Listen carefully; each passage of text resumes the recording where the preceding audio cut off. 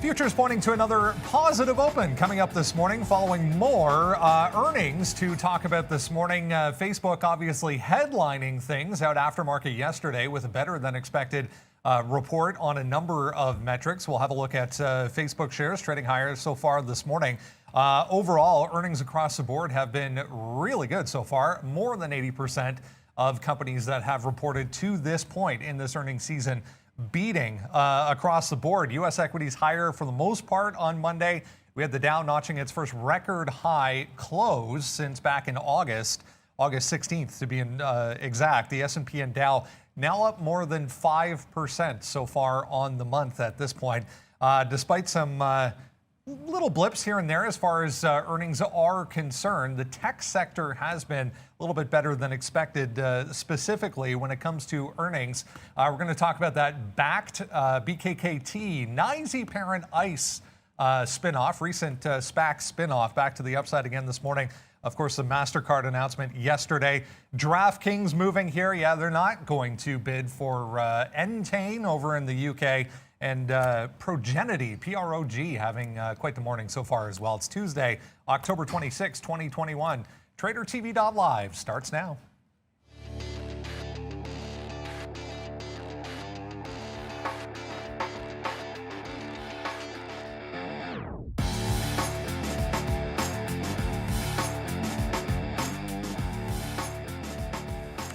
There we go. Look at how things stand at this point. 0.6 for the NASDAQ leading the way. The S&P 0.4, 0.3 for the Dow. Still decent numbers coming off of pretty good showing on Monday. We had Brazil open trading lower so far and relatively unchanged so far for cryptocurrencies. But what a couple of weeks it's been for those markets. We'll talk a little bit about Bitcoin coming up here. Coinbase with some news this morning and making some moves in the pre-market as well. Good morning, guys. Pretty positive morning overall. We had decent earnings right across the board. There's a few 3M kind of questionable on those numbers. GE as well out this morning with a decent report. So lots to cover here this morning, guys.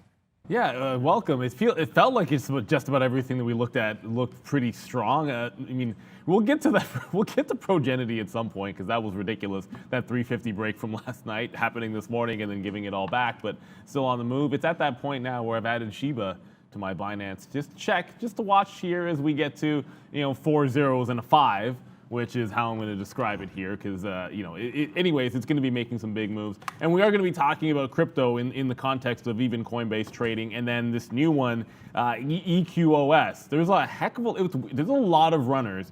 Something we're noting this morning. There are more gappers that are doing volume today than at any point I can't really remember this. I mean, obviously we've had this since last week with DWAC and some of the other SPACs, but it just feels like there's a lot more moving today. And then of course you have ridiculous, I say ridiculous moves like what happened in Tesla, as if it's really not that ridiculous because it's done this before, right? So sure, it was a fantastic move in Tesla breaking that 1,000 mark, holding up above that 1 trillion valuation, at least for now. Watch out for these dark pool prints. By the way, I'm watching BKKT. It's like there's all these dark wicks. These are not real, and it's like I think it spooks the stock sometimes. It's not really trading down to 45, although I am bidding in front of that price. Yeah, I'm glad. Also, guys, welcome. It's going to be a fun day for sure. I mean, if not every day, hopefully is a fun day for us. I'm already in that BKKT. It was just $1 in the money. This thing's whipping around. We'll trade that. We've also already made a little bit of money already. What are we going to do? We'll just dab it up for DraftKings, because DraftKings today finally, and I never even thought that they would possibly cancel this deal, but again, that's bringing DraftKings back up to the upside here on that Entain. They don't have, I was saying that before, their market cap is what the deal was supposed to be, so they don't have $20 billion to do this deal. So I'm glad that it's not going through now. And DraftKings on the daily chart, as you can see, we talked about it breaking to the low side here, but then that deal now brings everything back up here. So now we're happy about DraftKings. I think it's almost time to buy some here in our personal account again, but I might have missed that opportunity. We'll wait to see how it all fades out. But for a day trade today, really happy with this one. We're long at 50.50. We already scalped some out there at 50.75, so we took 25 cents, and now we'll wait to see where we go from here. I'm thinking of 51.50 or so, but DraftKings right now and BKKT, we're in both of these names, and this is what I mean. Like, it just spiked to 50, and now it's back down to 48.50. So this is a name here that backed holdings. again, deals with MasterCard. Neil, you talked about crypto. I mean, this is what's going on right now. Shout out, and you mentioned Shiba. Shout out right now as Shiba Inu 4776 coming through now. This has just been, what a wild ride for this. Like I got into this name at definitely the right time, it appears. Like, wow, it's up 7. You know how much it's up now, Brendan? 83.5 million % in 11 months. So it's, average returns. Yeah, A little bit. When you're keeping score, that's not a bad number. I was just seeing a note here on Tesla, guys. A monster yesterday. Obviously, we're going to talk about Tesla, but it looks like the company is saying they may, in the future, once again, restart the practice of transacting with digital currencies. They don't actually say Bitcoin, but obviously that's what they're talking about. Before we go any further here, let's get over and say good morning to Miss V. Good morning, team. Happy trading to you all. It's going to be an exciting day. I wish you best of luck, and please make sure to like this video. Let's get it started, Brandon. Yeah, let's indeed, guys. Lots to discuss as we head towards the open here. Under an hour to go before the market's open, but that doesn't mean there isn't anything moving around here. To start things off this morning, let's go to Retail World, because this is an ever-growing list, guys, of stocks that have been popping up on forums and social media sites. BKKT is on here. This RDBX, which is Redbox Entertainment, recent SPAC conversion as well. Second day of trade for RDBX. Tiny little float on that one. This Farmini back to the top of the list recently. Digital World acquisition. There's Mark. It's worth noting all of the stocks, BENE as well. All of the stocks kind of related to that Trump media news story from last week, trading quite a bit lower here this morning. Well, I say they are. They certainly were. That was true. Well, I think it still is true of the majority of them, except for DWAC itself, Digital World Acquisition, which found a bit of a bottom at 80 even. And, it can actually go to the 15-minute chart and actually show you some things here finally, because you did have, look, that 175 high, that was sort of at the height of, all of the craze and the panic of anybody that was caught in shorts that day. And you still have managed to hold the support from that day. That's at 65, 66 area. Higher lows up until yesterday's action when we broke through. And now it actually held this 80. So, he broke through that $80, for a matter of seconds this morning, and we're right back above yesterday's support. It is setting up for a bit of a break. 90 is going to sit out here. You'll see it like 90 right now, and you'll say, okay, yeah, $90 break, that's the high. I kind of look at this level at like 93.25, where it tried to spike to before failing at the close, and then maybe that's going to be your target area. I think part of the problem here is, like I said, there's so many things moving and gapping, BKKT, on some actual news some as well, and you've got so much volume in Prague, and it's almost like it's spread thin. And that might mean some trouble for there to be extra buyers of DWAC. So we'll see what happens with this name today. I kind of would lean more into that 93 area because I think it has to break that before challenging that 100 level. And then if it gets to the downside, watch out, guys. If you break this 80 for good, your support's at 65. So that's about a quarter of a move there. It's a lot of room to the downside. And then watch out. Here comes this BKKT into that 45 support. Let's see if it has a bit of a bounce in it. Yeah, I got to get some long here. Okay, so Funware here. Same type of thing. We traded it like crazy yesterday. And then into the daily chart. I was actually looking for a 20-minute chart here. This $6. And this is all that we wrote down on our little list here was $6. And just that we wanted to get it long if it came back near that 6. So on the sticky note, we do have $6 written down here as a level, and that may be like really low, but pretty happy with making that if it does come through. So let's look for that level here, 6 and change. I don't know if it comes down there. Just on a daily chart here yesterday, this is a 1-minute chart. You did have again, a lot of barcoding between 670 and 750. So if it's going to sit in that range, although it's a huge range, 10, 15% on a $6 name, we need to get above this 750 for anything to happen today. So I think if we can get above 750, which we may just do, then we do have an opportunity here to make some money. So let's get above 750, 790 or so maybe then to get out for 50 cents. But that's what I like right now. Okay, that BKKT, it does go all the way down there. Unfortunately, I was doing this and I couldn't get more long. Our best long though, they're at 47.15 right there. So now we're $1 in the money on triple the shares. So let's get out of something here, maybe, I think, and then we'll work on it from there. So we'll see if we can get out some at 49.50 right now for a nice little win.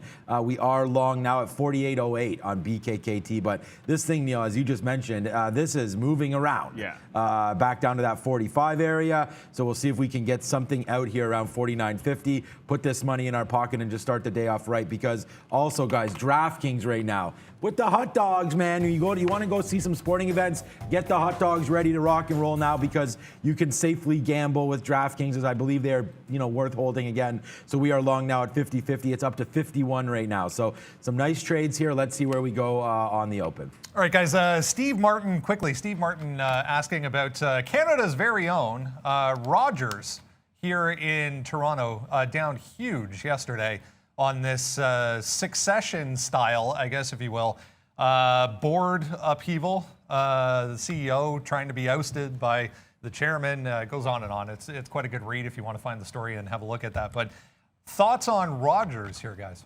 Yeah. Well, I mean, the sector was own getting this stock. Yeah, it's weird. Like, if you're in Canada, when most people started their I guess retirement accounts or whatever you might be, and a lot of times you own either Bell or Rogers, or I don't know if people own both, but there's a bit. I haven't seen Succession, but I know what you're talking about. There's a bit of a battle being waged by the family there over control of the company. And look, it was already under pressure to begin with.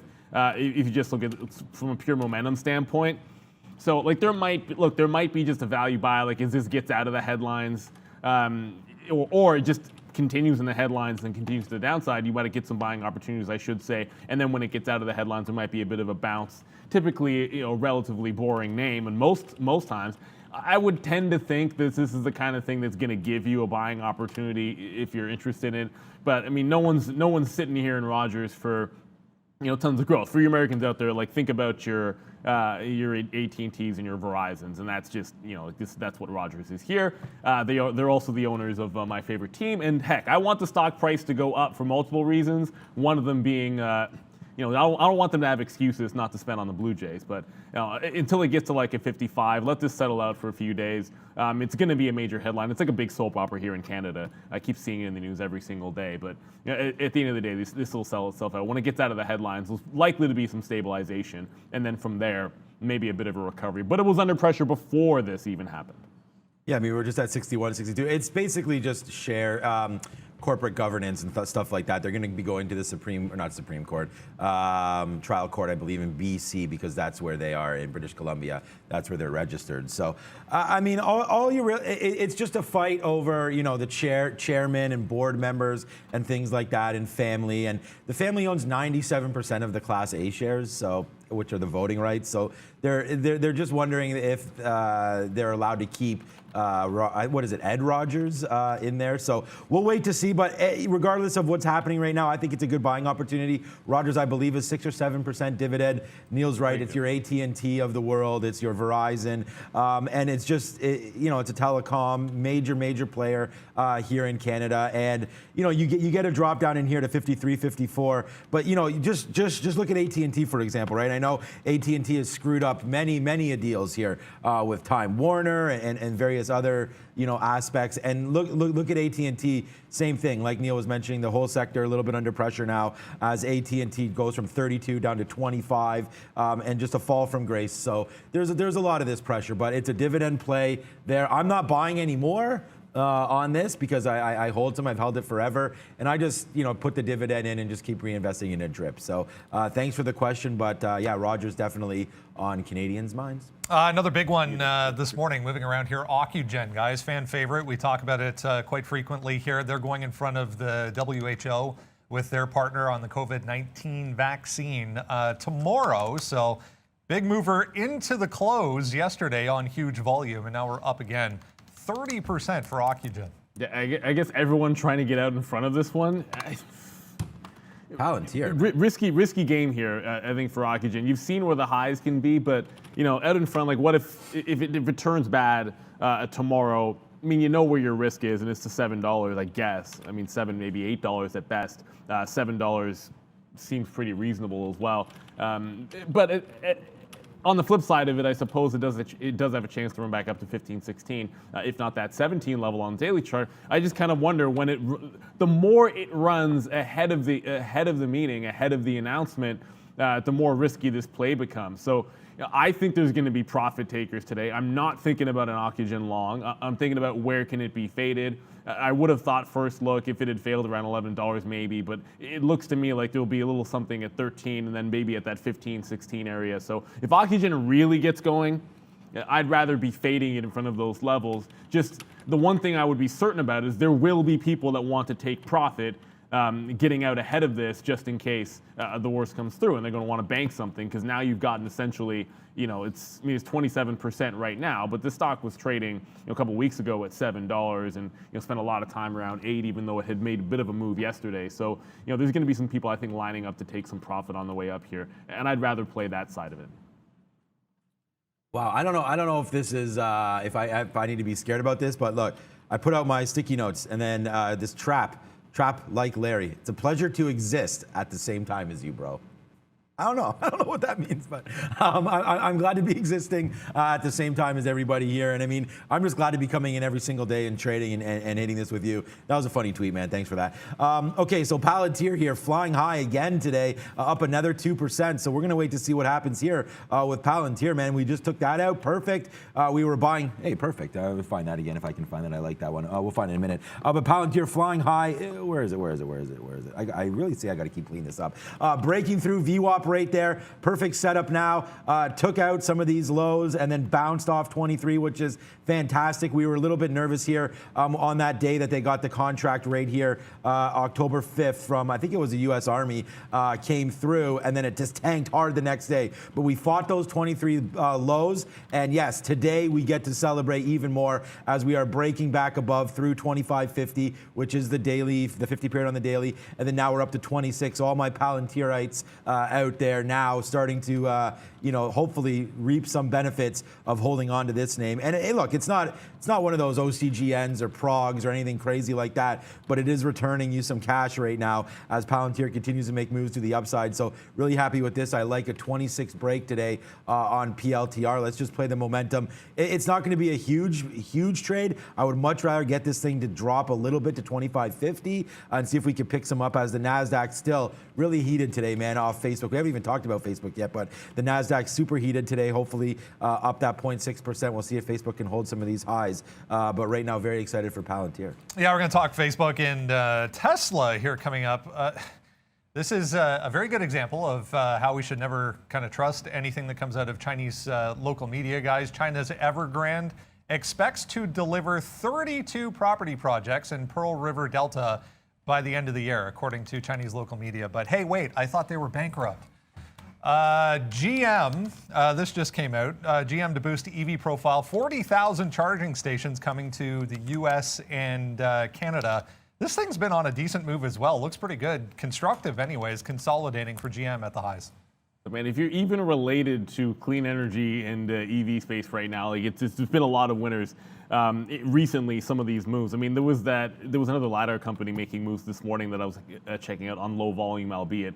I like GM. They're trying to go they're trying to do that non-intermediary step of hybrids and go straight to like a full electric fleet by that 2030. And you see what happened yesterday with Tesla, and then you start to wonder and by that I mean the Hertz news, and you start to wonder if the future, and yes, of course, the future is going to be EV. We kind of know this is going to be true, and others are going to have to come online with this, and these fleets are going to be changing. Now, Hertz made the big dip. It doesn't necessarily mean that the rest, like Avis will and such, will follow through as well. Enterprise, but right away. But it's going to happen eventually, and you'd have to think that is going to not just bode well for Tesla, but down the line, probably your Fords and your GMs, right? So that's going to be, I think, obviously true. That said, GM is in a bit of a consolidation and is trying to make a breakout here. So until it breaks past this 59, 50-ish, 60 area, you might see GM in a bit of a chop. you're breaking back. When you've already broken the 50, you broke that 200, by the way, which I think is your current support level if it gets back down to 56. But you could be choppy in this range, and you want that 60 to break first. Otherwise, if the bottom breaks, then you're waiting to buy back like a ways away, like 51 to 52. But it's that big 60 level that we need to chew through for GM to really get going, which it hasn't. And Tesla, by the way, oh yeah, about to go green on the session. Because Tesla had been selling off in the pre-market, but about to go green again. Okay, Tesla, yeah, definitely worth a look. We did switch out of some Ford yesterday. I forget, what did I say? I bought UiPath. So we got out of some Ford right at $16 yesterday and switched over to Path on the Goldman Sachs upgrade there. I just think, again, looking at this chart, you're going to be misled because of these spikes there, but it's way up again here, and it's very, very similar. Look, I love the story here with Ford, but it's still a story, and they need to produce, and I think they will. And it's just I was overweight on Ford off this big move. The last time we bought this was on that break right there, and since then, man, we got to reward ourselves a little bit. So we'll switch it up. We'll go into a little more risky. I mean, I didn't reward myself at all. I should have gone into cash if I was going to reward this move, but we'll go into something a little more risky here. Take some of these profits in Ford and go into UiPath there, believing in data and machines and robots, things like that. So we'll hold on to some Ford here. We're still long both Ford and GM. So and they've just been trimmed a little bit, not GM, but I do like Ford here. I want to wait for their earnings. I just think they could have. We'll see what they have to report. I don't know if the semis, the conductors there have been resolved or not. I think they have, but we'll wait for their earnings, and if we have to buy more higher, we will. But right now, we did switch a little bit out of Ford, so now we're going to wait to see, man. This BKKT still moving around. I did take some more there at 46.70.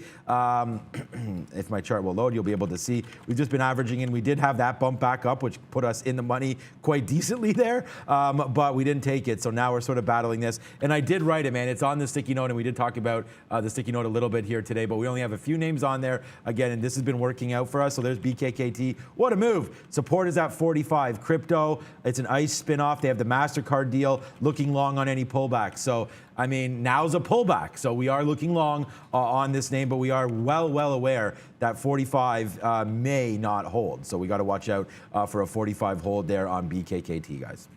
You mentioned UiPath there. Another Kathy's ARC type angle here.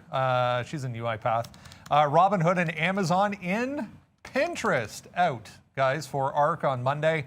300,000 shares coming off the book for Miss Kathy Wood for Pinterest in favor of Robinhood and Amazon. Yeah, ahead of earnings. Robinhood reports today, right? They report soon. I don't know if it's. I'll double check. Hey, let's double check, because I feel like Robinhood's almost back to their IPO. Robinhood's this week, right? So I mean, certainly. But by the way, guys, that DWAC, it broke out that 93, and I should be showing you. Really? Here, yeah, it broke out that 93 on the 15-minute chart here. That's this level from yesterday. It then immediately tried to dip back into 90 right here, so we're able to catch that wick the second the bid stepped up. I just covered some in front of 95, but it looks like, I mean, and this is crazy because I feel like money goes out of one, and like BKKT starts to come down, and then this one starts going. Maybe there's just not enough for all these to go at the same time, and I don't know about being long both of them with that theory, but this one's starting to turn into a decent winner here. If it retakes that 95, I'd probably cover at 100. I just feel I'd be scared of this thing selling off at the open. That's for sure. I want to, yeah. I mean, we are starting to crack right now on that BKKT. Yeah. It just did break 45, so we're watching this, man. Like a little bit lower, we got to get out some of these. It's fine, but yeah. We got to wait for the open. Okay, so we just mentioned there, I mean, BKKT, there it is. So we just did take a hit there as it does drop below 43. So now we'll take 45. If it goes long again, we'll take it through 45. But right now it looks like it's failing. Actually, that's a daily chart here. Hold on a second.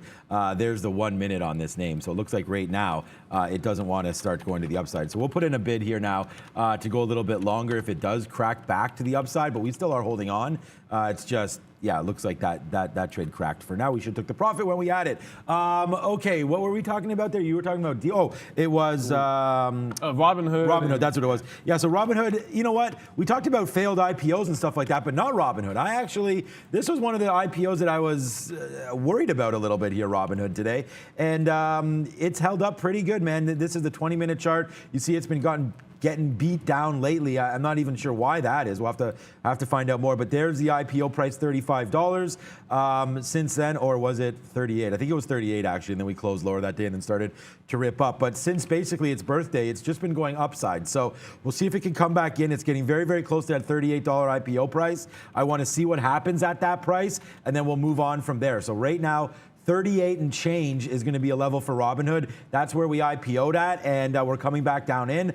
I think that they could have a good report here. We're still watching SoFi. You're watching names like that as well. So we'll see what Robinhood reports. But I think the risk is here for Robinhood at 38. So we'll see if they defend that level or not. They haven't had to do that yet. So we'll wait. We'll wait for Robinhood to get down to 38, and I think it's a buy at that point. Yeah, Hood guys, aftermarket tonight, indeed. So we'll talk about that later. Upgrades and downgrades for you this morning. Best Buy, Facebook. It's worth noting a number of analyst moves on Facebook today. Rosenblatt is one of them. Coinbase and Occidental on here as well. Beyond Meat on the downgrade side, along with Intel today. Upstart as well to the downside in this Kingsoft cloud, guys. You know what? So DWAC gets news that. I don't think Brendan came with the DWAC news. But He said it, but he didn't say the news. Right, yeah, it's just streaming. So Trump is going to go streaming on-demand streaming service now with DWAC. So I think that's going to be big, man. It's just Trump Media, of course.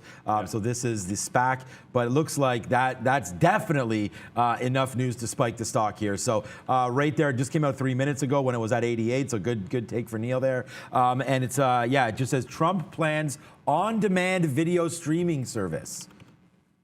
So yeah. Okay. Take it for what it's worth. Take it for what it's worth, but it's definitely worth something. At least $5 on stock. So we'll wait to see. If it takes out 96, then you may want to punch long now if you're not long already. But that's the new high, guys. 96 flat, the new high of the day for DWAC. Yeah, watch out for this. I mean, the levels from yesterday, I guess 105 was that other lower high that it put in. So I'd watch out for that one. And clearly, monster levels around 120, 125. If it ever gets there, I think it's going to have some trouble. I'm going to stop out a BWAC at 42.50 there. I did do a reload, so I've been trying to take profit on the way, but does that say BWAC? Oh, you did, yeah. That's fine. That makes sense. That's fine. DWAC, I mean, whatever. BKKT there is what I should have said. That's what I obviously meant. BKKT breaks back. Now, I've been taking profit every single time I've gone long, and this time I'm just going to stop it at that 42.50. It's just that whole theory of like the money coming out of this one at the exact same moment that we're getting a run in DWAC. Who knows? Maybe that's right. Maybe it's wrong. We're getting to Prague at some point here, guys, but it's not.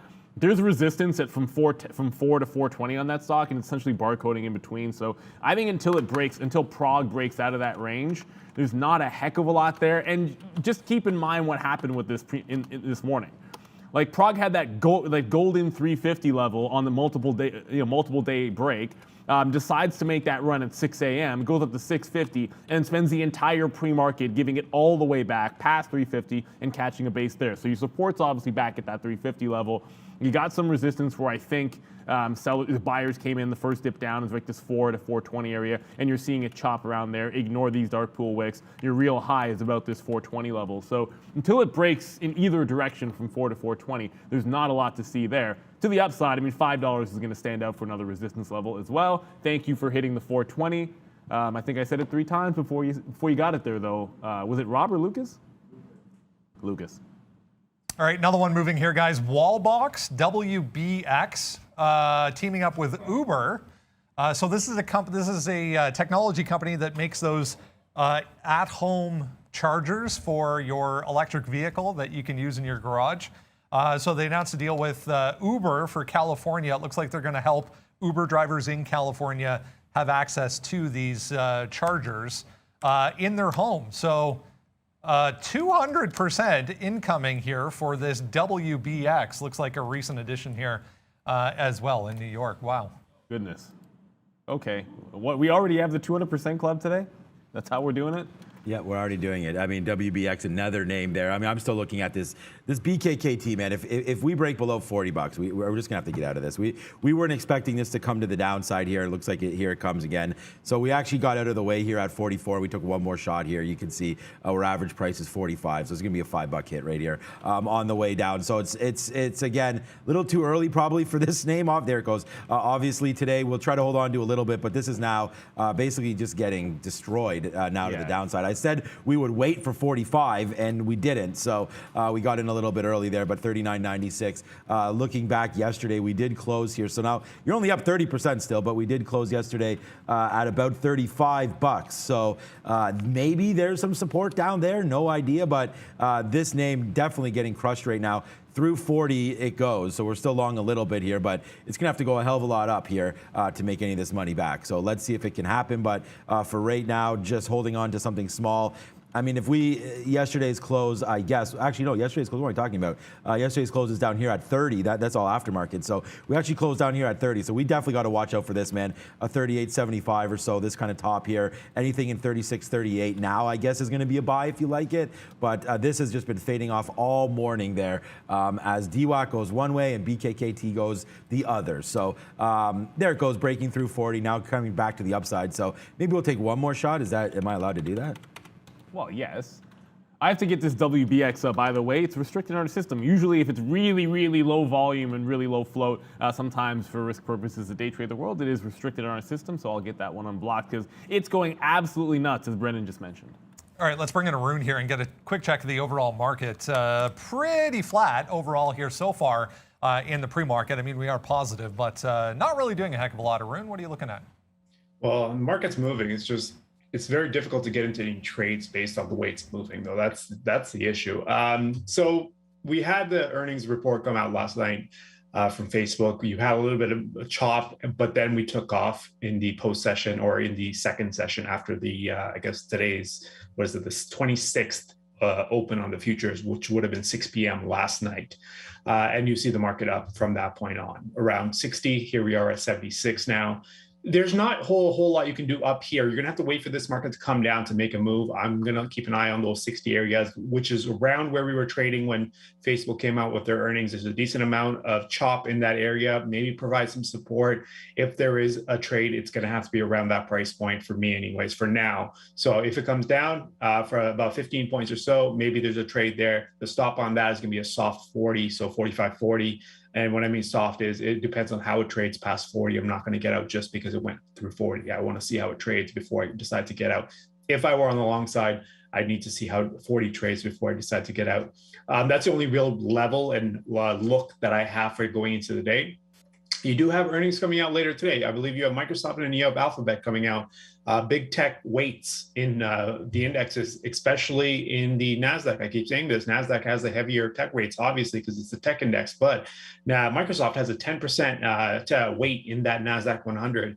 I'm not sure what the percentage is in the S&P, but there is some decent weighting that's being reported today. So keep an eye on Microsoft and Alphabet earnings going into the end of the day. And for now, we're gonna have to wait to see if this market can get back towards 60 before making a move. Yeah, fun times, obviously, earnings season. Thanks, Arun. We'll check back in again tomorrow morning. Let's get into what else is moving around here in the pre-market, guys. If you haven't done so already, make sure you grab the absolutely free morning watch list. Miss V will help you out in the chat with the link if you do need it. There we go. You can also use a QR code. If you have your phone handy, just scan that QR code. We'll take you right to the link that is the morning watch list. Guys, let's get into what we need to know this morning. Facebook, profits of $9 billion in their latest quarter, even with all the negative press. I mean, there really wasn't a heck of a lot of negativity here outside of the revenue number that missed ever so slightly. Decent report for FB. Yeah, I mean, they did have some other, I guess, like user metrics that they had missed on, but the buyback is what I guess excited people. I mean, it's probably a good thing. And then talking about their future prospects, I know there's going to be talk of the name change, and of course, I mean, metaverse isn't necessarily a new phenomenon, but Facebook is certainly going to be all in on them. Oddly enough, there's an actual like meta ETF. And when I was looking at it, if you check it out, it's kind of weird because the number one constituent in the Meta ETF is Nvidia. So that was not what I was expecting when I was looking into that one, and it kind of a bunch of stuff you probably already own. Now there's obviously some stink bids that you could have put in, and thank you to I guess it's Greg. We've been saying Trader Pratt, but I guess it's Greg. Thank you for the stink bid notion. There's some stink bids you could have put in past that 200 period moving average that would have filled like twice in the last week or so. And that same thing would have been good today. But you can look at this print coming out, and then watch this resistance that we've had at this 344, 345 level, right? So it wasn't a complete like blow out of the water set of earnings, right? I think that's part of the reason why you're going to gap into that resistance or push into that resistance post-market and start to pull right back in. Now, I think you are set up to have this 25, 24, I guess 25 area, which had been support before, maybe turn into a bit of that today. In the middle here at the 30 range, I don't necessarily love it. So, the 44 resistance, I think that's a tradable level. I think that's come and gone. I wouldn't trade Facebook that early anyways, and really you could only had it post-market. That 24 to 25 seems like a good area for the day trade anyways, for a bit of a dip buy. I'm not sure we're going to touch that either. It looks like I got out of 42.50 on that BKAT, bounces off of 40, so maybe it's not done just yet. Back up to 43 there, so I guess maybe the story isn't written on BKKT. Yeah, 43.50. I didn't take any out. We made back $1 there on all of our shares. Remember, we lost 5. We just made back $1, but we didn't get out, so we didn't make back anything there on BKKT. So we'll wait to see how far that goes down. Look, Facebook. It was a good quarter, not a great one. Obviously, I'm super impressed with the daily average users. Now, 2.3 billion plus daily average users. So, an absolutely amazing number there. I think that what they did with FRL, which is the Facebook Reality Labs, is going to be huge. It's going to give them a pass. It's kind of like, don't look over here, look over here. So they're going to sort of, moving forward, they're going to report all their Messenger, Instagram, Facebook, WhatsApp as a separate part on their report, and then they're going to use FRL as the next as they build out this metaverse. So look, I think this gives a green light now to buy it. If that's going to be a bad quarter and you're still up that 1%, you were up 4 or 5% early yesterday, and even late, I guess, yesterday off the report, and then you are even up that high today. We have faded back in a little bit here. Look, it's nothing special. Those that are worried about Facebook and some of the privacy issues and regulatory issues, they're still there and they're not going to change. So, if you're worried about that, then I would say hold off. You may test back into 3. I don't know. I said yesterday, start to build your position at 320, right? When you guys asked. So if you did that, you could take it out now if you're nervous, if you weren't impressed with the quarter, but you get that nice $10 bump. And I think back into here, if the whistleblower, look, more articles came out from the whistleblower yesterday, right? So if the whistleblower comes out again and still drops bombs, maybe, and regulatory, they get involved, then maybe we do come to the downside right now around this 310, 300 area, but I think today Facebook gets a pass. That was a pretty good quarter. They're dealing with iOS 14, great, it looks like anyways. They mentioned it, they talked about it. There's not going to be a social media company that's going to guide forward huge because they just don't know the impact of that IDFA. So we're going to have to wait now for what this means. And here we go. Palantir, new position as we wait for that BKKT to probably punch us out again. Palantir breaks above 26 now, getting us into that trade. So we'll see if this one can continue. But really, we're in DraftKings now. We're in BKKT. And it's still so early. I can't believe I'm in this many positions with still 23 minutes to go. Let's go to Zila here. We saw Zila with a big move yesterday. Just saw, didn't catch who it was. Talking about Zila in the chat there, guys. Big move up into the close yesterday. What do we think here for XELA? There goes BKKT. BKKT breaking the bottoms there. I haven't even looked at Zila yet. I will have to look at that soon. Correct me if I'm wrong, but I believe this came up in the afternoon show yesterday. If I'm wrong about that, I'm getting old, so that's the only excuse I got for you. Come on, 15-minute low. Why not? I can show you the daily chart, which it might be a little bit more pertinent. Yeah, we did talk about this one yesterday. So I did remember. I'm 99.9% sure that I was sort of saying, as it tried to break that 200 and then back here, you might find some support at the 50 period on this little bit of a break that it made in yesterday's action. That's about $2. Interesting. Okay, it actually has held that $2. The volume shows 5 million, but I'm watching level 2, and it's basically like paint drying. So I'm going to assume that's mostly dark pool dumps, and there's not a lot of volume actually trading through. This one dark pool dump here at 8 o'clock, you get a lot of those. So not a lot of momentum, but it did bounce off the 50 period there, so has a chance to sustain. You know what's happened in the past with Zila. So it's not like it's a pure spec play that I remember the last time we talked about this when it did make its run. We were sort of saying almost every single day, make sure you take your profits on the way up. But $2 is your support, pretty clean. It's an even number, and it's a 50 period, and you're in the second day of a break, so maybe you got a bit of a chance. You'd like to see volume after it bounces, ideally. You're not seeing it here, so I'm not going to be trading it in this range. And if there was volume pushing off this level, I think it'd be pretty good for a buy, but I'm still looking at the level 2, and absolutely, like, it hasn't even printed 100 shares since I called it up in a single print, so. Let's go on to Tesla, guys. Monster yesterday, obviously. We get to 1 trillion on the market cap after Hertz signs up for 100,000 vehicles from them. Yeah, I mean, Neil was just mentioning here, trying to go positive already here for Tesla. Yeah, I mean, everything with a grain of salt, right? Like the fact that it's even down a little bit, like who cares, right? Like we make a run like it made in yesterday's action. A $1 trillion company making a 10% move, like I know it turned $1 trillion after the move, but either way, like the point still stands. Like that's an absolutely crazy move for a company like this. And betting against Tesla is basically, I don't know, it's not bankrupt. I don't know if it's bankrupted the people that have done it.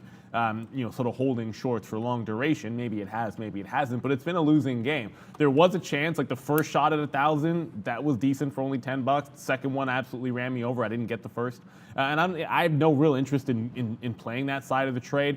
I do think if it pulls back in, it's possible that 1,000 could break, and then maybe like a 990 to 995, like that first dip, could be a little bit more interesting. Maybe even like 987 or so, if it got that far, and then maybe you could reclaim it. 1040. I thought it was like 1046 is your current high, so 1050 or so could be the potential break. But I'm thinking dip buy here. I'm not going to change that litmus because I was thinking dip buy in that 990-ish, 995 range if 1,000 broke. And just because we're getting positive today, I'm not necessarily changing that.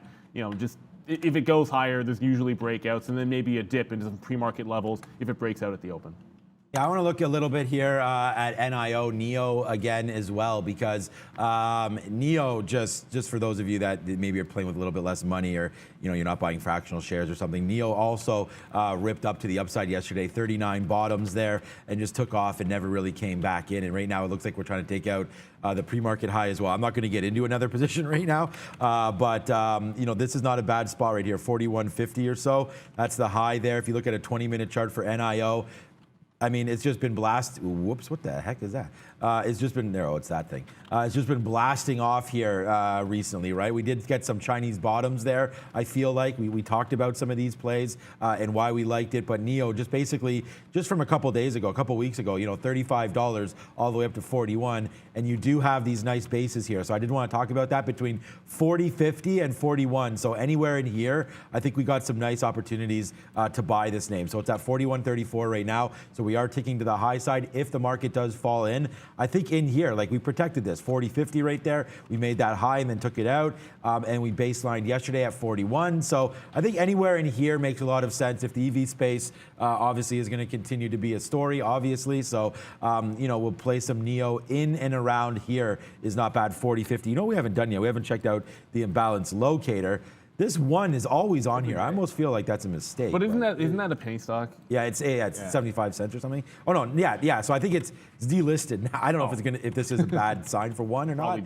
But anyways, Palantir here as a buy, so we could keep talking about that. Snapchat as a buy. We talked about that yesterday. Maybe we'll look at that. Skills right here as well on the buy side, and you could just see Skills today up here. Just put up here, up 3%. Valet, there's your BKKT. Yeah, obviously not helping this on the long side, as that's what we're stuck long over and over again here today. NIO, Ford as a buy as well, so that's not bad. And then Cliff still continues to rock and roll with some nice weeks in the past week or so on Cliff Natural Resources. So we're into Nucor. Oh, there's my Fisker, but still near 15, so I don't know what the hell that's going to do. But we have 3 positions on, way too many positions for this early, but GE also making some moves today, Brendan. Yeah, GE with a decent report as well out here pre-market this morning. Let's talk about Bakkt, guys. The MasterCard deal announced yesterday. This is a former spin-off or division of ICE, which owns the New York Stock Exchange. So bringing their fintech to integrate cryptocurrencies into some payment platforms. Yeah, BKKT. So we thought there was a chance today for this thing to go, but it looks like it's just going the other way now. Now cracking below 37. Whoa. So like I said, we'll hold a small piece here of this and just see what happens. But it's just been tick, tick, tick, boom. So all the way to the downside. There's not much else I can do here. I thought this news could rally it. I know it's a pretty low float. It's a relatively new name here into this universe of movers. But it looks like, now that we're pretty light on this, we don't have to. We've already taken the hit, so we still have some shares. If it goes back up, it'll be nice, but it has to fly. Like we have to get it back up to like 48, 49 to make this thing any worth it. But 36, 37. Again, we thought that this could be some support back down here. I wrote down 45 initially, which was the sort of these pre-market bottoms. But since we broke then, and I even paid for shorts, we should have just gone short on this thing. But that just continues to fall to the downside right now, absorbing some of this 35, 34 area. Should be interesting as we battled around there early at 4 o'clock yesterday. Remember, we did close yesterday at 30, so down into here, so we could retest that. You're still up 23% today. We basically just been chasing a falling sword here, so not a good start for us. And someone said it looks like the perfect. I didn't have a negative day in September or October, but right now we are deeply in the red, so we need to make some money here today. Let's see if this can make it backside here. If it does, great. But we are looking to buy it at some point. Right now, I don't know. It might even be this 44, 45. There's no point in just keep on doing what I've been doing, following a knife here. So I don't really see much support unless we get back to 30. So we'll wait for that. But I don't know if there's any levels you see there, Neil. But. Yeah, I'm kind of thinking with 15 minutes to go, if it were to continue falling at the open, like a halt down could be an entry point, right? Like that classic, okay, maybe we hold out at this 35, 36 area, maybe 37 where we are right now. It opens up, it rushes to the downside 10%, and then you're maybe halting 30, 31, maybe even like 33 or something like that. So somewhere in that range, you get a halt down, a reopen that can hold support above this breakout price from yesterday. The afternoon had a late break at 28.25, I know, because I was short in front of it. So if it does a bit of a halt into that level, holds this 28, that late break price, I think that could be a good place to buy. Stepping in front of it with 10, 15 minutes left, I won't try it again. I've had a few longs here. I'll wait until the open to retest this one. Let's continue along. Lots to cover as far as earnings are concerned. As we said, GE with a decent report pre-market. There's also UPS, guys. Not a terribly exciting stock on an intraday basis, but if you look at the daily chart, like this thing's had quite the run over here the past couple of weeks, right back to these kind of highs. Again, decent report, increased their forecast, beat right across the board, up 4% this morning for UPS. Look, it's a fantastic looking chart, but it's probably going to get right to this. It did already get to the lower high at 216 and then rejected that so far in the pre-market, and then you got this 220 top, which also looms. So you might have some consolidation and pullback in UPS, and it was up 5%, now only 4%. But you can't sleep on some of the big boys. And look, if you're going to bet on the overall economy, there's certainly safe ways to do it, like UPS, which I wish I had. I know FedEx had a bit of a disappointment with their numbers, but you're not seeing any of that happen with UPS. I do want to quickly go because I got trailed out of DWAC, so I want to see if I can quickly cover that. And then at the same moment that I got trailed out of my DWAC long, it got to that 95 area. I was trailed out when it broke 90, so it'd still be a solid stock for me. But when it pulled back in here, Fun, which had been that sympathy play, made the same move, right? So it failed at 750 and is now consolidating off of 7. And I just want to double check to make sure it's still there. And this should be on Fun. There was 100,000 that showed up on the offer as well at 705. There's that offer. So 100,000 showed up on the offer there at 705. So it consolidates lower. If it breaks this 695, you can just head right back to the bottom. And then remember, DWAC made a turn as well. And the news that was positive was directly related to DWAC. Fun is just a sympathy play, and it's come back in. If it breaks that bottom, I think it's actually an add on a 695 break as opposed to sort of taking profit in front of this breakout price.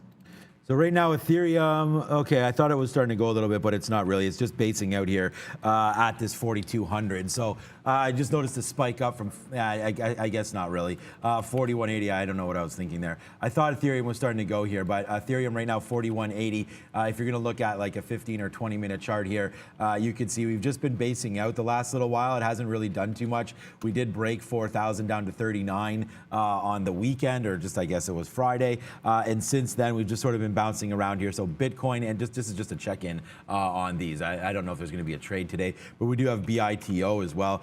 Bitcoin here, this is the daily chart. So whoops, what did I just do? Okay, so you're just at, I want to zoom in here. You're at 62.3 right now.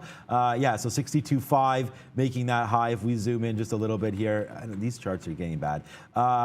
You could see a base down here at 60, so we'll see if Bitcoin can hold. I really think that if we could take out like 64.5, something like that, I mean, taking out 65 would be great, but we'll watch these on watch day for BTBT, a few of those other names. So I mean, right now, here goes BKKT. See, it's like sometimes you just gotta wait, man. It comes right back into these teeth right here. And then now the long is printing, so whatever. We're in the money $1 per share right now. Let's see if it can continue to go higher. We're long at 40 even, so it just cracked 41.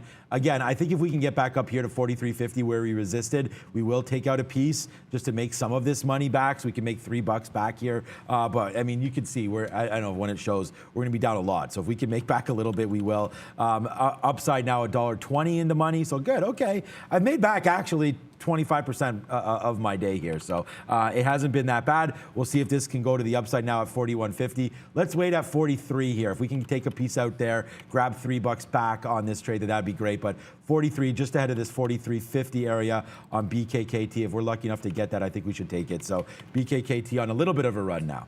Great to have everyone joining us this morning, guys. If you're new or just found us, welcome. We do this every single day the market is open. Make sure you take a second, hit the like and subscribe as well. Guys, we're under 1,000 subscribers away from 250,000. So welcome if you're new. Progenity with some positive news this morning, guys, reducing some of their company's debt through a senior note conversion. So they're wiping away $20.1 million from the debt side of things for PROG. So huge move initially, but it's come back quite a bit here. Yeah, like we were saying, I mean, Prague, because I'm not calling it Progenity, but Prague 420 over and over again here, and it keeps on getting tested and rejecting this level. It is setting up for a potential attempted break at 930 of that 420 level. And the thing is you're going to like about it, and I'll go to the 15 minutes so you can kind of see this better, is that 350 double top that we had in the daily, right? You get that bit of a break there. You had this level here from the 19th, and again, look, you're not really breaking out because it was a pre-market break, but you are finding support down there, which I wish I had held on to buying in front of it. But anyways, you're getting a bit of a push and now off of that level. So you found support at that 350 area. Now it's looking for a 420 break. I still think if it gets to $5, it's probably worth a short at that price, just looking at what happened there in the pre-market around 7 a.m. So, you know, I don't know that you're hanging on for absolute home run status on Prague if it breaks that 420 level, but I'll have my stop in to go long there with only 7 or 8 minutes to go. And then, you know, probably covering in front of your 50s, in front of your 75s, actually probably getting flat in front of 75 if it even goes there. And then $5 would be that possible turn for me.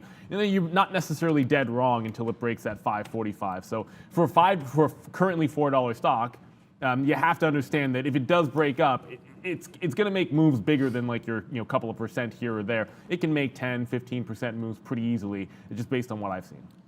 Okay, guys, yeah, 1.1K likes. You know, it'd be really sweet if we can get this. If you're watching now, over 6,000 watching. I know Brendan just asked for them, and so did Miss V, but 1.1K. If we can get that to close to like 2,000 before the show starts, that's pretty cool. I've even hit the like, so maybe if you guys could do, that would be fantastic, and then that will help spark some of our trades. Like if you hit the like button, your trades will probably go into the money. So if you want to hit that for us, I mean, it's just a theory. You can see if that works. Okay, so DraftKings right now up that 6.5%. They say no thank you to that Entain deal. deal. So that was good. I think that's a good move for them. DraftKings has been getting hit pretty hard lately, you know, off that 62. We did sell some at 62. I was waiting to get a little bit greedy. We talked about that buying into this 42, 43. We could have done it the other day at 45, but that's the ultimate bottom. I mean, realistically, I think if you were a believer in DraftKings, you're probably long here into the high 40s, 47, 48, 49, something like that, because you were buying in this dip. And then today you get a little bit of a lot of reprieve back upside, looking to take out this 51 and change. You do that, then the next stop is going to be upside. I believe in DraftKings. I'm a shareholder still in this company, but we did trim it a little bit, and I do want to get into some more, but not now. I don't think it's the right environment for them, especially if we do begin to raise rates here, not here, but in the U.S. So I think that's going to definitely affect them. We are now into it. You can see that our average price is $50.19. So that's going to be coming close to getting us into flat here. I still have visions of this taking out this level, 51 and change, 51.25 or so. So this is how, I mean, if we have to make our money back trading something like this, then that's fine. We will, because you know what just happened to BKKT, man, right back down. So this time, so one time it stops at 43.50 when we're in the money, like $2. And then right now it stops at 42. This BRPM, this other SPAC of the day, is just breaking highs. I'm telling you, it's just the money comes out of one. Right? It's yeah, the money comes out of one of them and just goes into the other here, Brendo. All right, yeah, there's so many today. Lots of little tiny ones to talk about. This one included Altimeter, popped up yesterday late in the day, along with the rest of these going into the close, had a big move on monster volume as well. If you go out to the daily chart, these highs over here are around 15 up to 16. So one of those ones that's going to trade in a very, very wide range, kind of thin as well. It's already come off significantly. This is 15, and then above it 16. We're breaking down through 13 and a half. Just be careful on the downside. This chop zone here is 13 to kind of 1275. So we're already kind of back into that choppy mess on the daily chart. So still 9% for AGC. An interesting look, guys.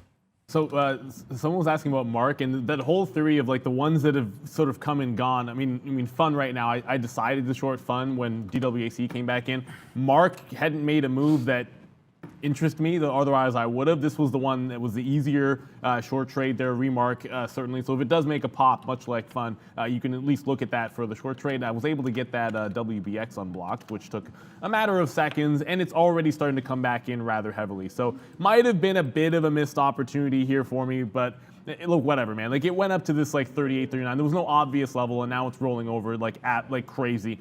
If it catches a bid, at this point, it would probably have to be around $20 to even consider the long trade. And if it pops back up to the high, that 38 gets tested again.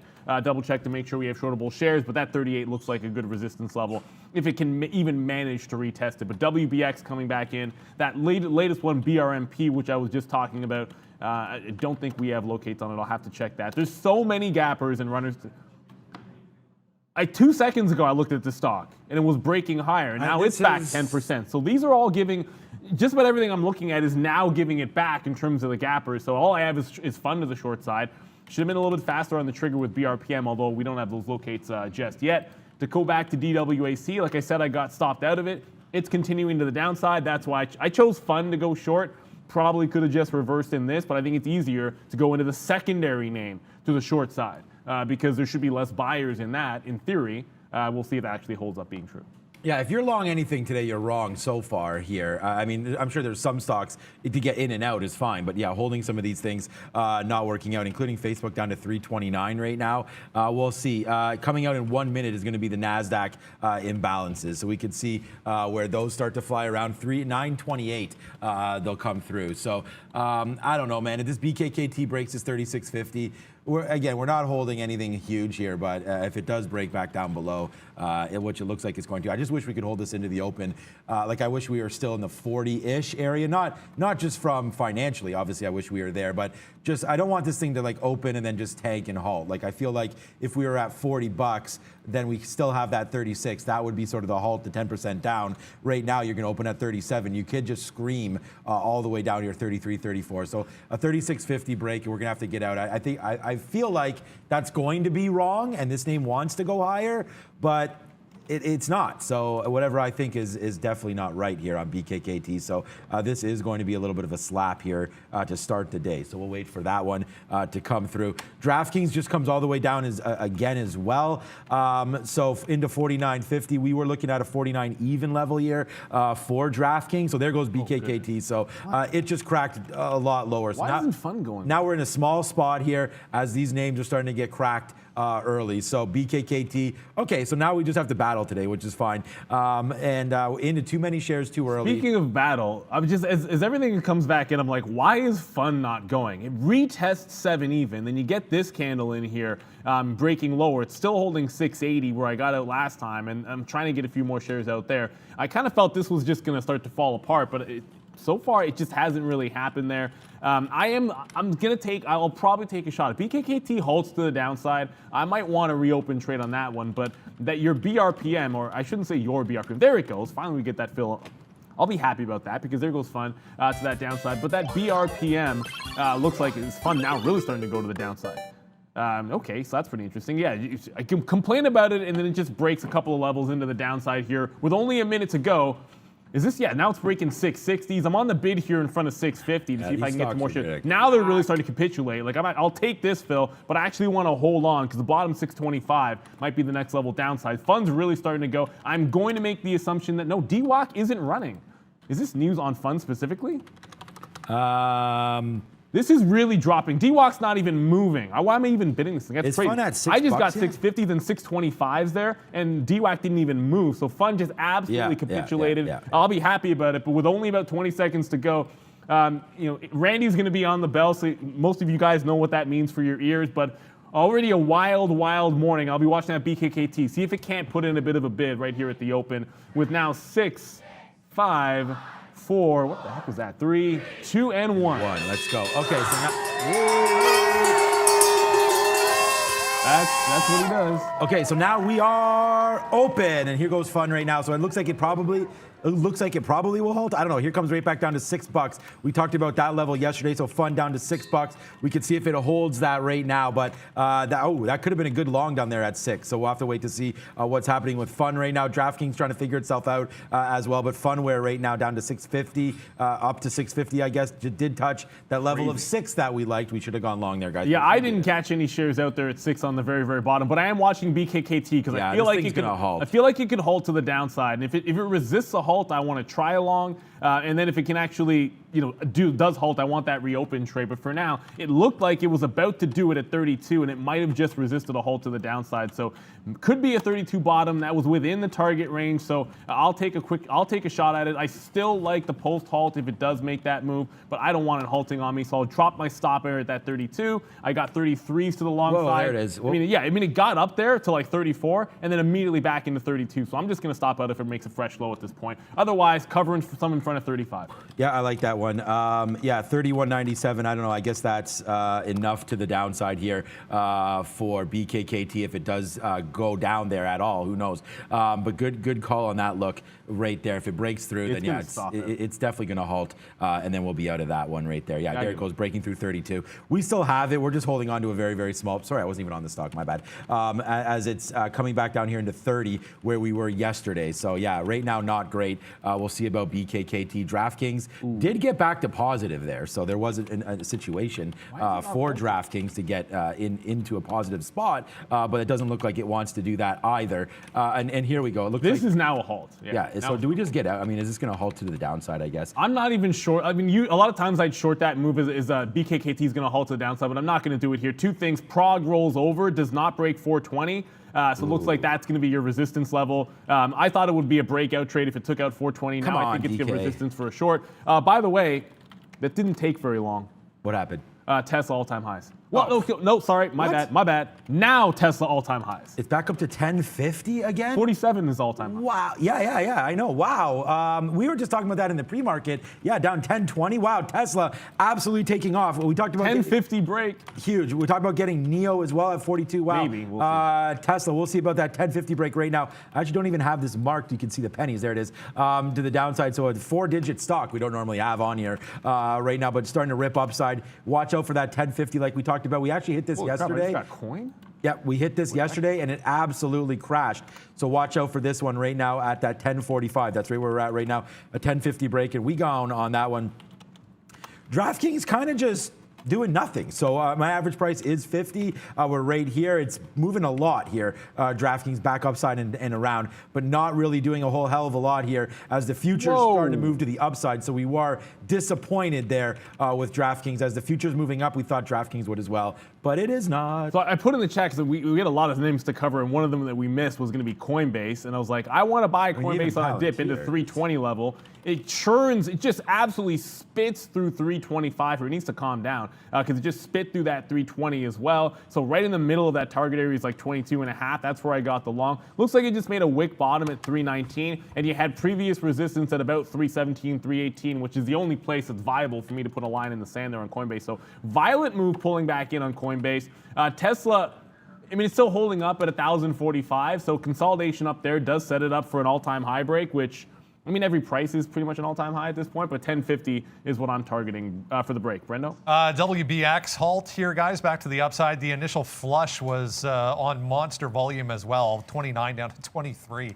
Man, some of these moves are amazing. WBX, guys, moving. All right, yeah, I mean, some of these moves are pretty crazy right now. Yep. As we've averaged into Palantir, I mean, futures going up, Palantir coming down. I don't really understand that one, so we're going to have to give it to 25. We just looked back here, 25.50, a nice spot here. So I'm hoping that that can hold, and if it does, then giddy up on that one. But bye-bye, right now, Palantir, what were you saying? You're into Fun, bye-bye. Oh, Fun just broke 6 even. Oh, okay. It's continued to, it's just flushing. Now 590. I mean, yeah. You can pull back, but I mean, on this stock, you can go back into a couple of days ago, about a 550 level. Looks like where the next stop would be. You have an offering. Yeah, what's up, Brendan? Yeah, this is it, guys. Here we go. Funware with a 48.5 million common stock offering there. 933. They're coming through with an offering. Okay, so we'll test along here, but I don't know. I don't know if it's going to work. We'll take it into the bottom here, 590. I mean, if it cracks it, it cracks it. Small long here off that. Thank you, Miss V. Thank you for the warning also. Very, very important there, so I don't knock it over with my arm. But we'll test it here. It looks like it's going to crack. An offering's never a good sign, guys. It's more shares out there to the market. So obviously there comes. Ooh! I thought it was going to crack down lower there. They just ate that up. So maybe the offering's taking well here, but I'm not going to hold this for much longer to see how good this offering is taken. We are long at 604 here. Yeah, I mean, as good as that one's going, I mean, happy about it, but not about Coinbase, which just absolutely flushed through that 17 level. If it consolidates, I might take another shot at it, but that is a violent move pulling back in on Coinbase, which is a little bit surprising. And then guess what happened? I'm looking at WBX on this haul because I want to play the reopen and BKKT, which opens up in about a minute or two. But look at what happened to Tesla off the top. So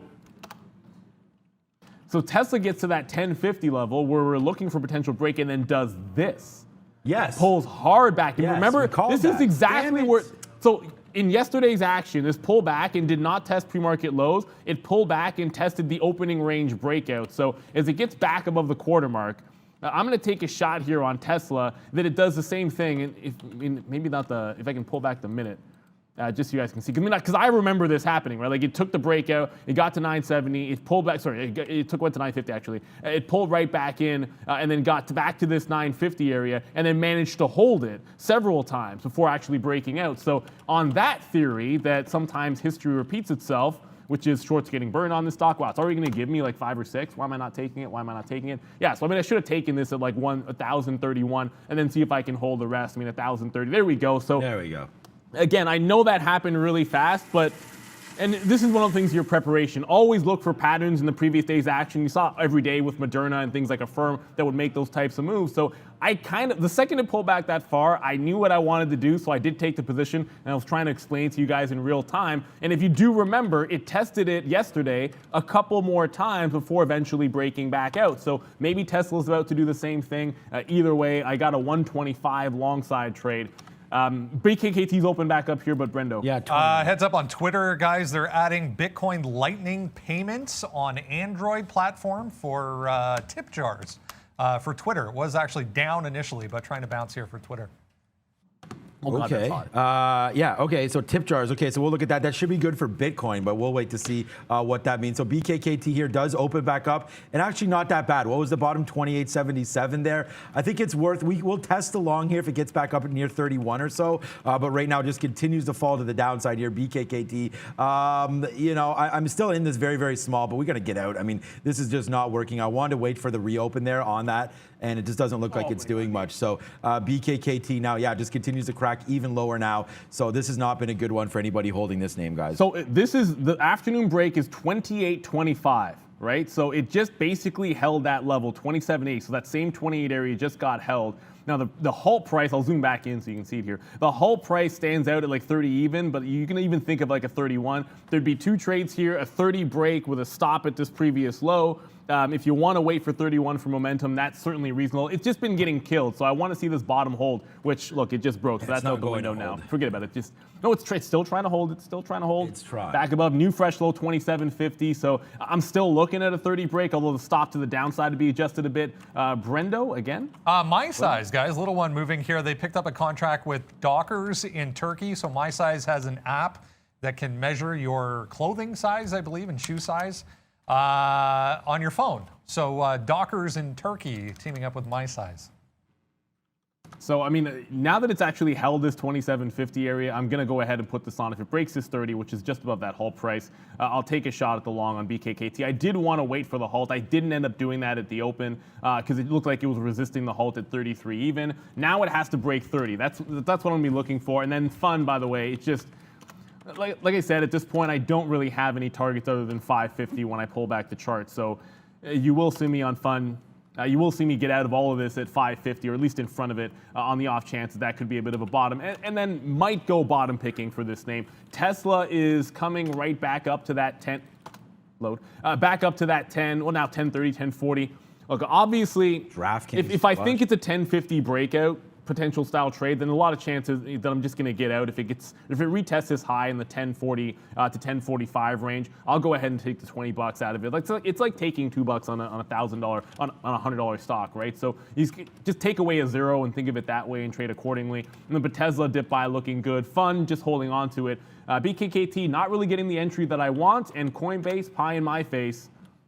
I got it, baby. That's me. That is the low wick of the day on Coinbase, the stock that I wanted to dip buy. I did do the dip buy, probably too early. Like if I'm sitting there saying the range is to that previous high, when I pulled it back at 17 even, well, I probably shouldn't have started at 330, 322. I should have started the position at 320, then maybe I'm not making that mistake. So BKKT through 30. Tesla starting to get to that point where I'm going to consider taking it all out and then looking for a 1050 break because it's just, I mean, this stock, like, short it at your own peril. I shorted it yesterday and lost, so it is what it is. Brendo? Impressive day for chipmakers so far. Very strong. NVIDIA leading, guys. All-time highs here today for NVIDIA, 5.5%. Piper Sandler with a price target increase on NVDA. Yes, sir. Yeah, up 6%. We can also check out AMD, another favorite of mine. Obviously AMD, but what's not been a favorite of mine is, again, DraftKings, as it just went right back down to the downside there, and we had to get out. So it breaks through 49. Now it's starting to go back to the upside. We are long still some baby shares at 49.11, but we'll wait to see here as that can make some moves to the upside. But I mean, some of these names today, like the high growth names, not working out. Like DraftKings, Palantir also gets cracked down there, but now Palantir making moves back to the upside here. So yeah, so far it's not been a huge day, that's for sure. It's been quite a negative day, but I see Brendan's been crushing this on some shorts. I know Neil had a nice Tesla trade there as well. All out. And Coinbase, I know, was a problem. You're all okay. You're all out. Go ahead. What was that? I just got all out of Tesla. Remember I said if it got to that 1040 to 1045 area, I would just get out in the middle thinking a 1050 break was that high of the day. I got into that BKKT, so wait for the halt. It establishes the range. It manages to hold what was a previous resistance level here in yesterday's action. It manages to hold that level, and then we get the breakout trade from it. Now, I will cover some in front of that halt high, which is at 31.50. So that's the first trade I take out. From there, you're shooting 35, I think. That would be a reasonable exit point. Was that Brendan again? GE, guys, just got an alert here because I'll show you on the daily chart here. We're above these post-split highs.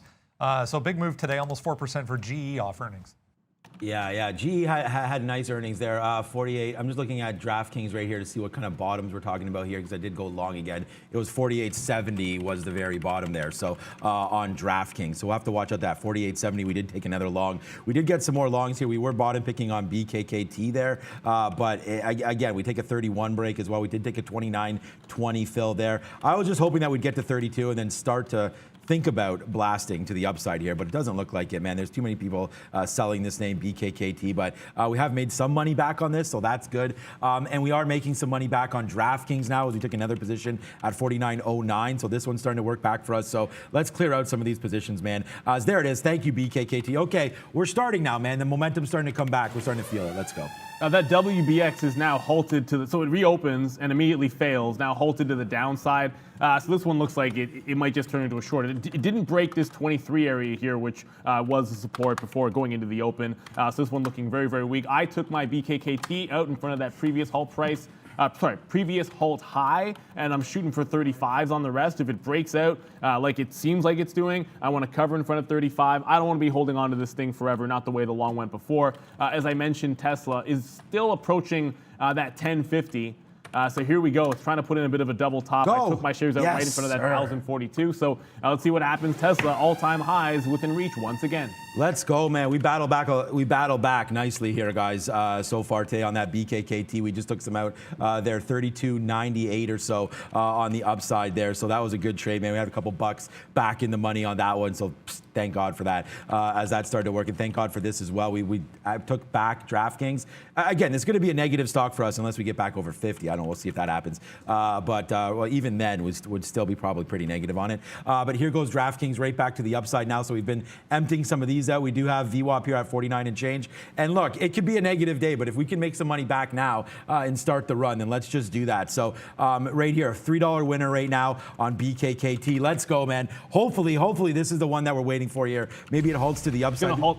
I don't know if it just rejected the halt. Yeah, so there it is. Reject halt at 34.10 or so. And then now right back up to the, here it goes. It's going to halt now, is it? Nope, rejecting again. Rejected again. So here we go. So we'll have to wait to see what's happening. Looks like we may halt to the down. No, we can't halt to the downside. It's trying to go. We are long BKKT. Ooh, I just took some long there at 34. I didn't mean to do that. We got to get out of some of this. You know what I'm going to do? I'm actually thinking about taking it out. It's close enough to that target for me, which is 35, that if it was to halt up, I can always jump in and take the halt up long, right? So, you know, given the, well, it's no guarantee that I would get the shares if it did. So I'm going to cover in front of 34, which is close enough to my target. And then if it halts to the upside, which is now resisted, it looks like it's about to go into the halt state, and it's resisted it like 3 times. So that's why I got out, but it looks like it was a wrong move. As now it's starting to go upside. We had a mistake there, taking long at 34, so we got out of that at 33.70 or so, which is a mistake. It's $1 up now, but we're battling back, man. We're battling back really nicely here.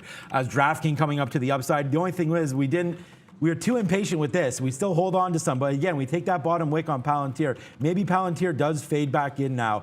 I really want to see what Palantir does before we get more. Got to get out of some DraftKings as that's starting to fade. Here we go, BKKT. Let's go, man. Yes, sir. We're back in business right now. So starting to stack up a little bit of cash here on BKKT. Looks like it's trying to halt again. It keeps resisting the halt, but it keeps going up off the resisting, right? So yeah, I mean, I don't know where this thing's going to go, but I'm pretty happy holding on to this for right now, guys. BKKT. Yeah, I mean, it just tricked me into the halt. Thinking it's going to halt up. So I was able to quickly scalp some out there for a quick win, and I'll probably be able to get close to flat on that trade. But at this point, I am looking for that halt trade, right? Like, it just feels like at some point it does want to make that move. Coinbase is going to be pie in my face, I think at least. Wow, can't even get out of this one.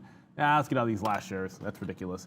Coinbase is going to be the pie in my face, and I'll get over to that in a quick second. But WBX did reopen while all this was happening, and WBX continues to the downside. I did want the short side trade in this.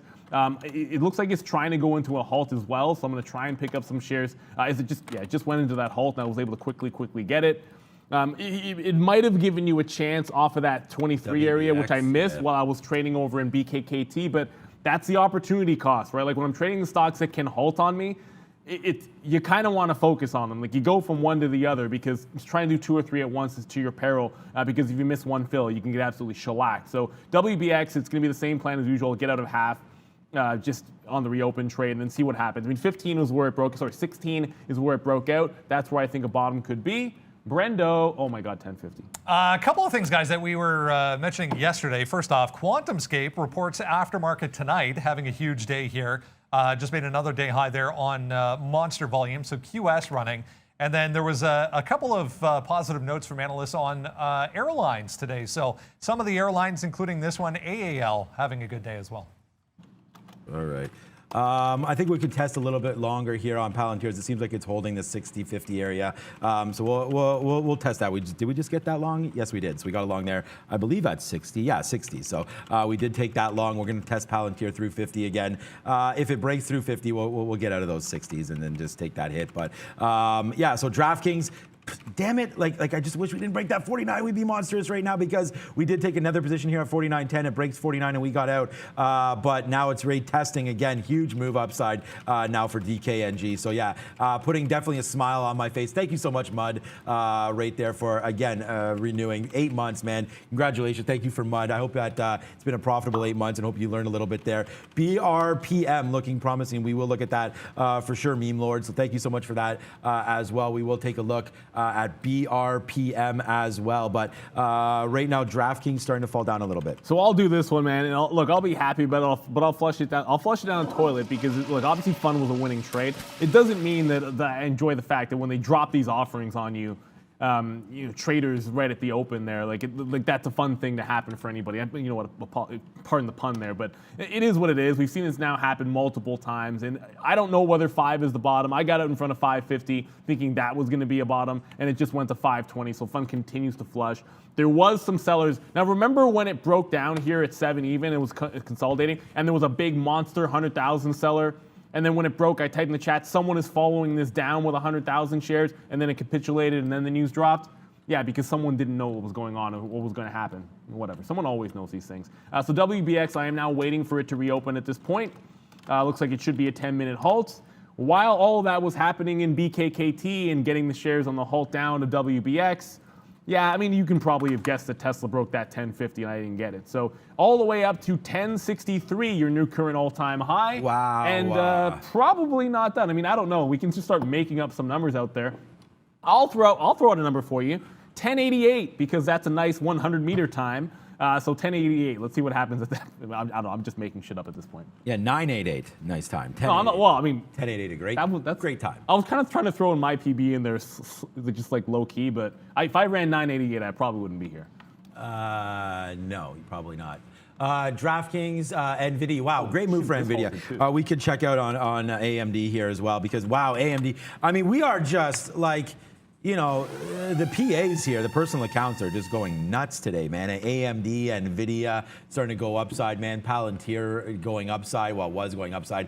That's going to be a good trade. We need to get back into DraftKings. Fisker breaking through 15 today is a nice trade for sure. FSR, we still are in this BLKT, or BKKT, sorry. As you can see here, I don't know, back up to 34, 35, just bouncing around, really looking to see if it can take out this 35.50 for us. And then we'll be smiling a lot more than we are now. But we're okay, man. We're actually really happy. We battled back a lot today, so I'm super, super pleased with the way that's working out. Lucid. So, sorry, not to interrupt, but Fun $5. There's more halts here. This LIDR, a new LIDAR name to the, I think it's a recent entry anyways. Like, it's only been trading for a few weeks now. It's in the middle of August. That's halted to the upside. WBX is halted to the downside. That RBDX, I believe, was also halted. So there's currently 3 halts that I'm looking at.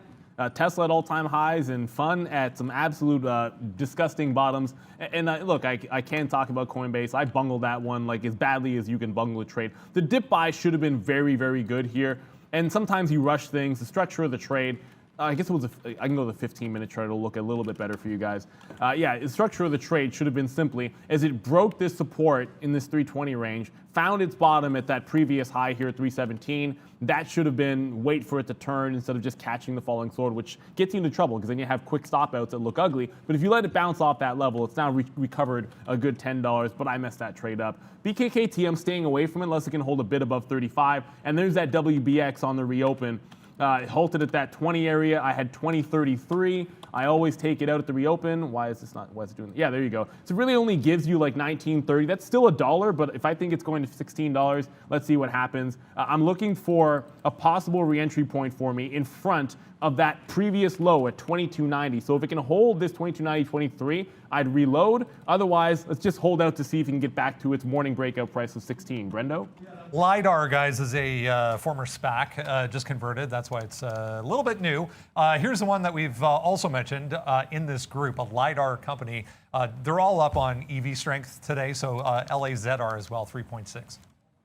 Okay, so we finally just we'll just fail out on BKKT there as it just breaks out. We did make some back, so that was good, but we didn't make back everything. Obviously, we didn't even come close to doing that. So we'll wait to see where we go from here on that name. But BKKT is dead to me for right now. Hopefully, it does get back going. Palantir, we did average in. We talked about that playing off that bottom. So we'll see where it can go from here. But I like it still. So right now we're into this play here, and that is Palantir. Just took it out past VWAP. So a nice out there up to 25.65 off of some of these longs. So we are battling back a little bit here. DraftKings, I just wish good thing we got out of that. BKKT, as Neil, it may halt to the downside at some point right now, taking out that 29.50-ish right here. So that's going to be coming out into play maybe soon here. So there it is. So now it's going to halt right now to the downside. I'm still not going to take it. I don't know which way the halt is going to go here, but it looks like it's definitely to the downside. There it goes. I couldn't get it. I didn't even try to get it, but that was an opportunity there to get that. So I'm really happy that we got out there at 31.50. Sometimes it's just like it's not your day on that stock, and for me, definitely not my day there. Thank God we were able to make some back on DraftKings. We'll look at Fun as well, down to 5.33. Wow, we tested that. Remember when it was going to halt there? We tested it at 6, and then we got out at 5.90. So that's a losing trade, but a happy one for me anyways, because we don't wind up holding that, unlike the other ones. Mark to the downside, like everything, guys. That was starting to crack. I mean, all those DWAC names and all that stuff starting to crack. Yeah, I mean, it's not that. I mean, I'm not sitting there trading DWAC. I mean, the only thing I have right now is WBX, which is holding lows. But yeah, here comes.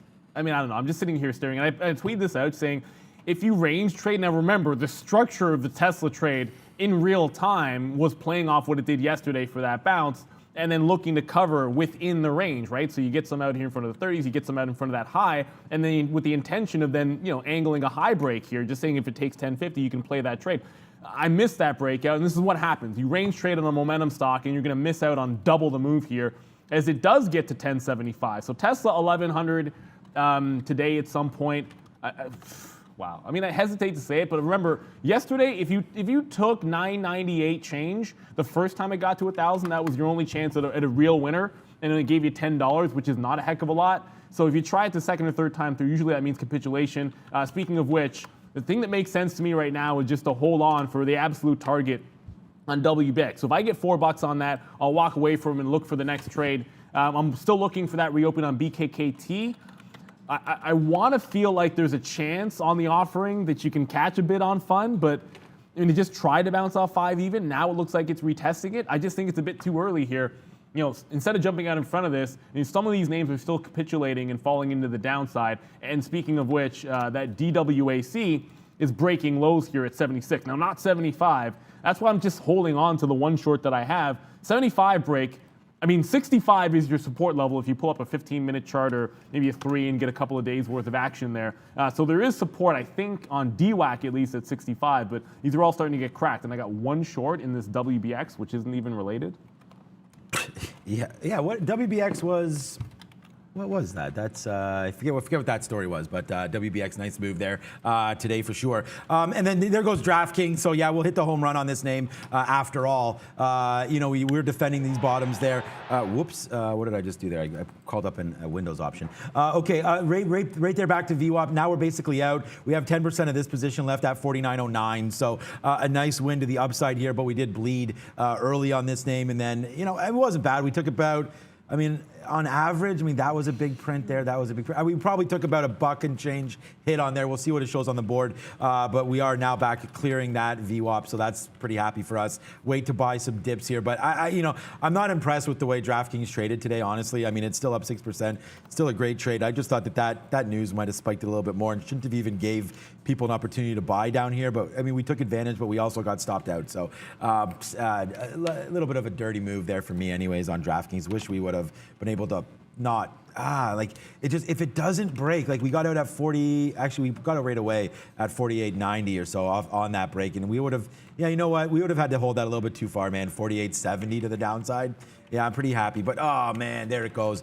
This could have turned my day way around, but we miss it and we don't get out. So there it goes, DraftKings all the way to the upside. We still have a small position, which we would have held it all, but DraftKings right now going to the upside, pretty happy with it. If we can get out now, 51-ish, that way I'll feel better about holding something and we can hit that home run on the big hold, but right now we only have 10%, so it's a small position here. GE taking out 111. I still can't believe Tesla. What a great move that was. Yeah, Tesla's so strong. 1070? By the way, there's a bit of a bit I'm trying to show you on the level 2 here at 5 and 501 on fun. So it saw that, like, I mean, you can scroll back. If you have market depth, you can actually see that book before it gets there. But when it did show up, like when it got down to that 502, it immediately shot back up to 510. So I did start a position here and I got 12s when it popped back up. And I would add to it like maybe like 5s or 6s if I can get it. So maybe this is the bottom on fun. I wish I'd actually added to it maybe there at 10 even, because that's splitting hairs. If I get a chance again, maybe in the low teens, that could be a place to add. So look, if this is actually the bottom on fun and it goes to at 5, like why not think about like 550? Even conservatively speaking, that seems reasonable to me. So I am in that one to the long side. Waiting for BKKT to open back up. I don't know if it's going to open upside or down.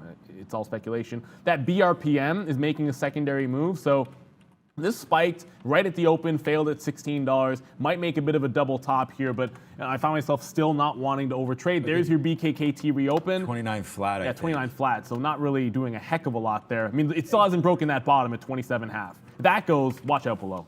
So I just got to stick to it. I mean, I think this is a lesson for me today. I mean, I said that I learned something every single day here. I actually was having this conversation with my kid last night in bed, and he was saying that about learning something every day, and I was saying that that was very, very important. And what I learned today is just stay in your lane, I guess, a little bit here. So BKKT just put way too much risk into that name today, and putting me into the negative spot. But Palantir today again, now we're 30 cents in the money as it continues to go to the upside. So that was a good trade for us, and then so was DraftKings. So stocks that we've talked about and traded pretty well and pretty commonly there, working out for us for sure. So stay in your lane. Yeah, exactly. What's up, Daryl? How are you doing, buddy?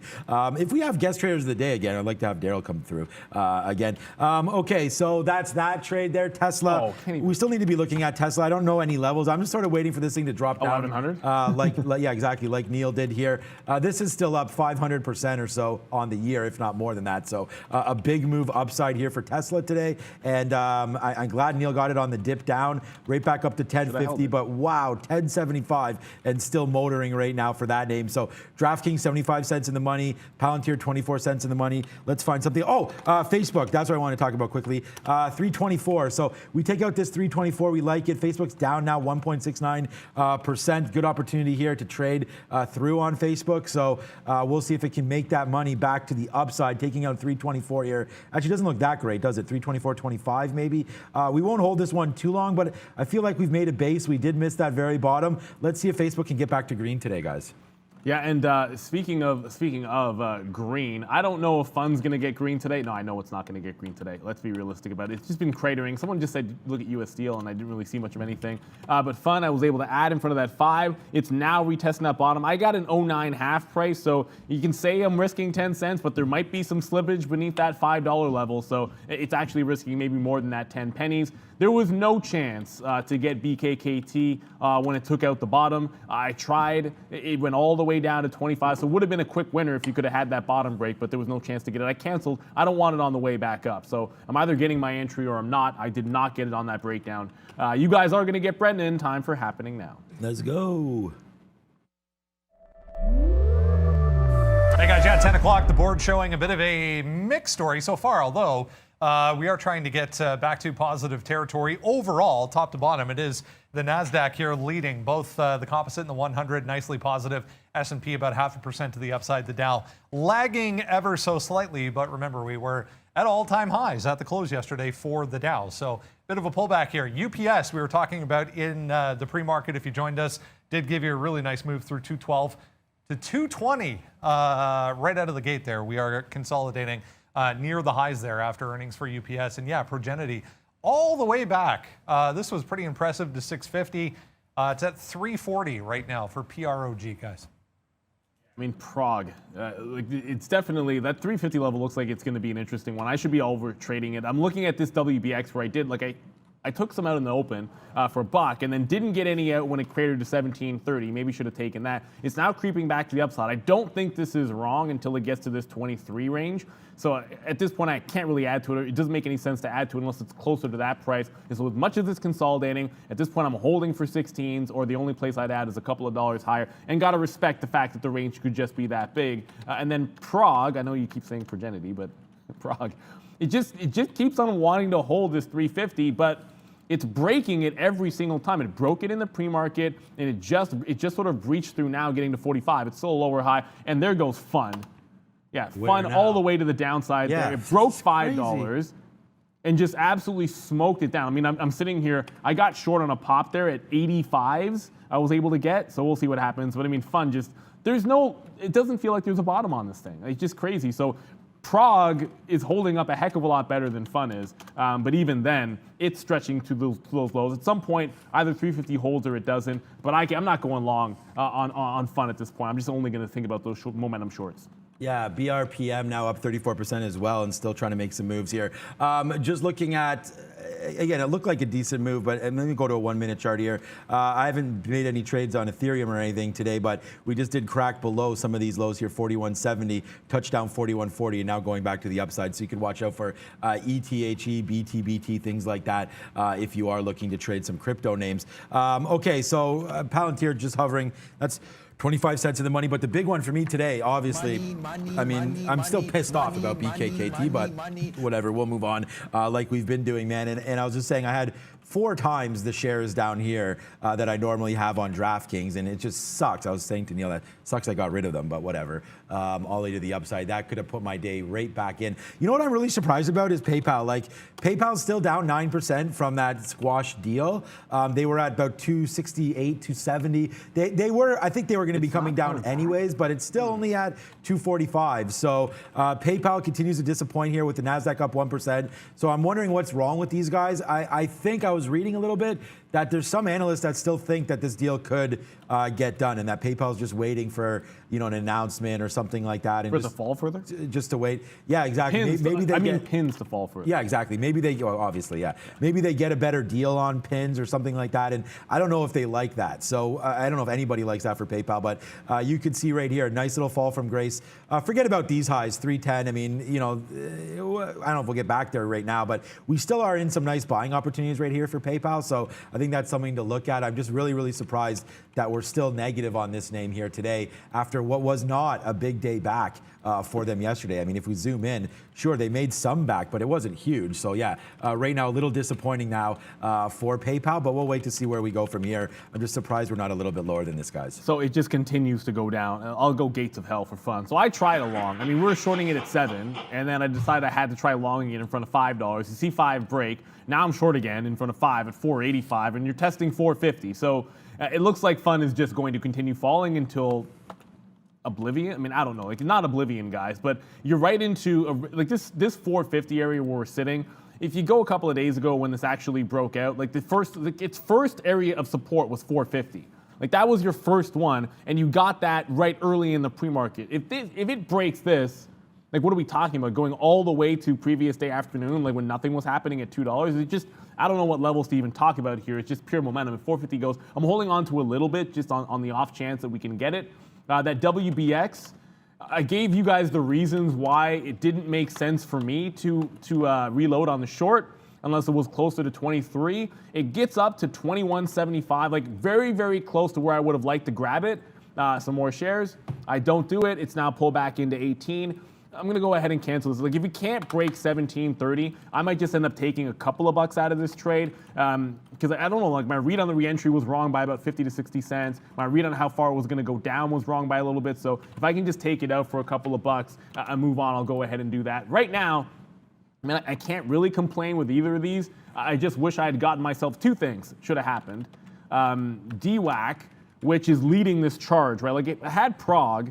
sorry, not Prague, Fun. But that had, we were in the momentum short on that one anyways. Yep. But never found my way into DWAC. I had the long, and oddly enough, I had the long, got most of it out at the top. I had what I think was a good stop out here, and that stop at 90 turned into your resistance level. So I told myself recently, and I've been doing a better job of reversing and playing the longs in some of these, and somehow didn't reverse into the short, believe it or not, on DWAC, which was, now you're at $70. 65 is probably that level if I pull back to the 15. So similar to what we're looking at in Fun, 65 is that support from the really big day when I made that 175 top. So, DWAC has this, and then it's got air below it. We'll see what happens. Yeah, you just covered it there. I was gonna make the same comments there on DWAC. So, just watch out below and look at Palantir, guys. This is another one here.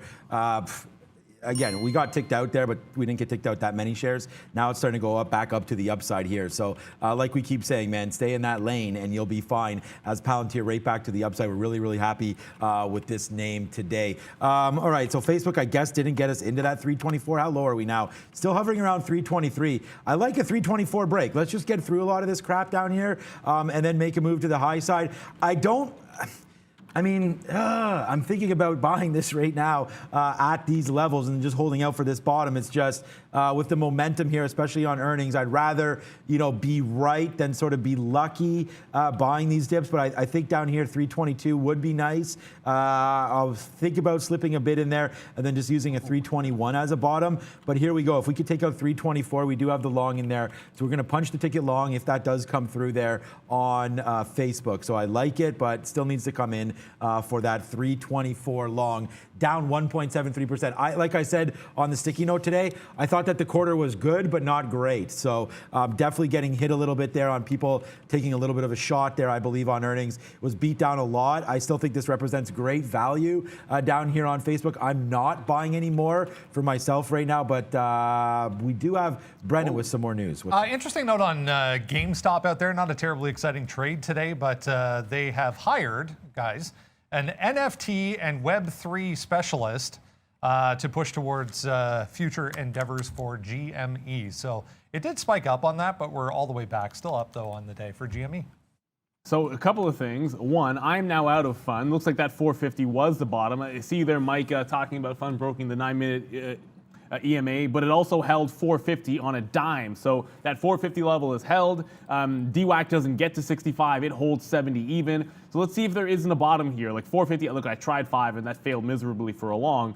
At some point, I think there might be a bit of a bounce here, like a relief rally. See, I'm not using that other term. A relief rally, and 450 could be it. Looks like for now, 70 is it on Fun. While this was all happening, you're going to notice that I'm flat because I did finally take it out on WDX. Like I said, I'll get it out in front of that low, that $18. We'll take a couple of bucks. It was the halt trade. And a lot of times I'm out of it on that first move, and I was sort of lingering when it didn't go as far as I wanted, then missed the reload. So a bit of it's a winning trade, but I think it wasn't as efficient as it probably should have been. By the way, on Tesla, I didn't make up the number 1088. It has personal significance to me, but if it turns at that price, who the heck knows? Tesla's about to break the high again. And I'm just not sure what I would do with a 1080 break here if it takes out 1080. Yeah. And that goes both ways. I'm not sure, sure you'd hold it to 11 for maybe $15, $18. I'm just not entirely sure you're wrong until 1065 or 1063. So, that's a 1-to-1 style trade, which I don't like that for a break.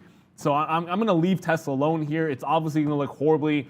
I should have held on to something, I suppose, on that Tesla long trade. It's a winning trade, but you got to hold on to Tesla. That's just I hope Miss V is long and strong on Tesla today. Yes, good job, Miss V. Miss V is long and strong. She is. So let's do this for Miss V. It'll be, there you go. You already hit it. Yeah, for sure. I didn't know you. Yeah. We got that going. Good job, Ms. V. Good job on Fisker, man. We talked about that early, so why didn't we trade it?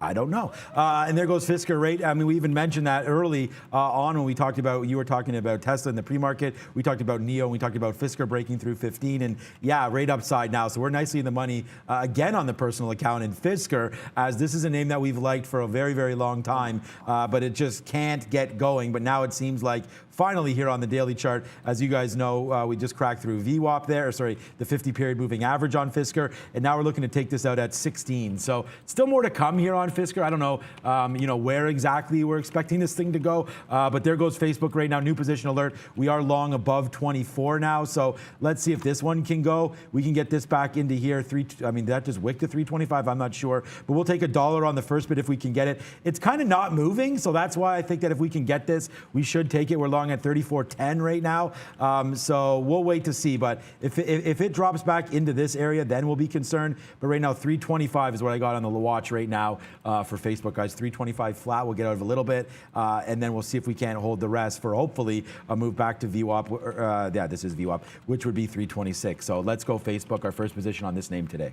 And don't look now, but you're getting bottoms in, attempted bottoms in Fun, attempted bottoms in DWAC here, and another one in BKKT, which is now down 6%, by the way. Wow. So down on the session. It had a halt and reopen area of 29.60, which is close enough to 30 to set up for a 30 break. And look, this to me, this would be another range-bound trade. Like, this is what I should have done.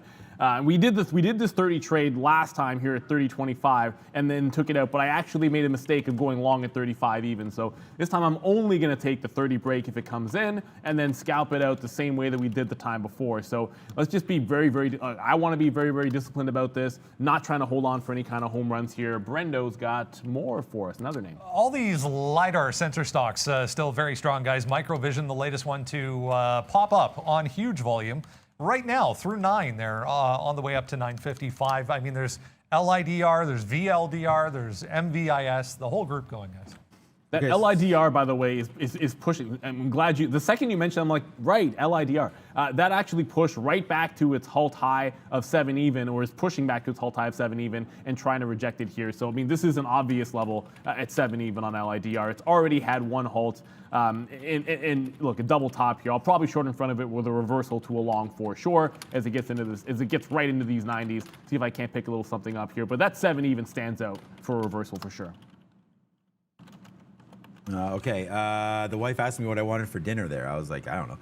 Okay, 21, 22 there coming through. So again, just an update on Facebook as it's it took out 324. Not worried about it, but if we do break below, just letting you guys know, 323, a little bit lower than that, we're going to get out.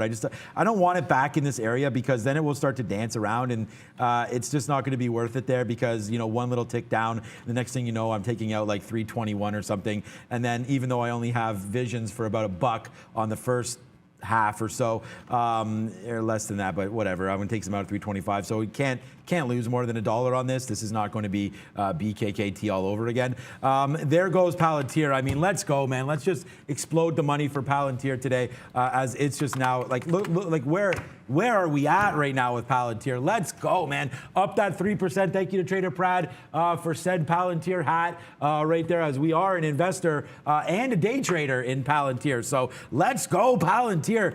Is Prad over there yet? Yeah, there he is. What's up, Prad? Yeah, 26.20 right now for PLTR as that continues to be strong. And again, guys, we talked about that all. I mean, this is what I mean, man. Stay in your lane. Like we talked about this breaking above, and now we liked it. And look at the last 10 days. You do have some red days in here, but look at the nice big days here. So some nice movements happening right now for PLTR. Love this name. Obviously, we're hella long it, and let's just keep on riding this as much as we can to the upside now. And then let's not celebrate too much, but we are out of the majority of these shares now for Palantir off of some of these bottom picks. We did get out of a little bit there. Again, we have some stupid bottom wicks today, including DraftKings, where we're now in the money $1, and including Palantir now as well. But we're making. I mean, I've made back more than half of what I was down at 929 or whatever it was on BKT there. So now we're going to the upside as Palantir keeps on going. Was there a stock that was BLT or BLKT or something? Because I keep thinking. There's a BRPM. Yeah, I keep confusing it. There's a lot of symbols that gap this morning. Maybe because I want to get that stock out of my mind. So,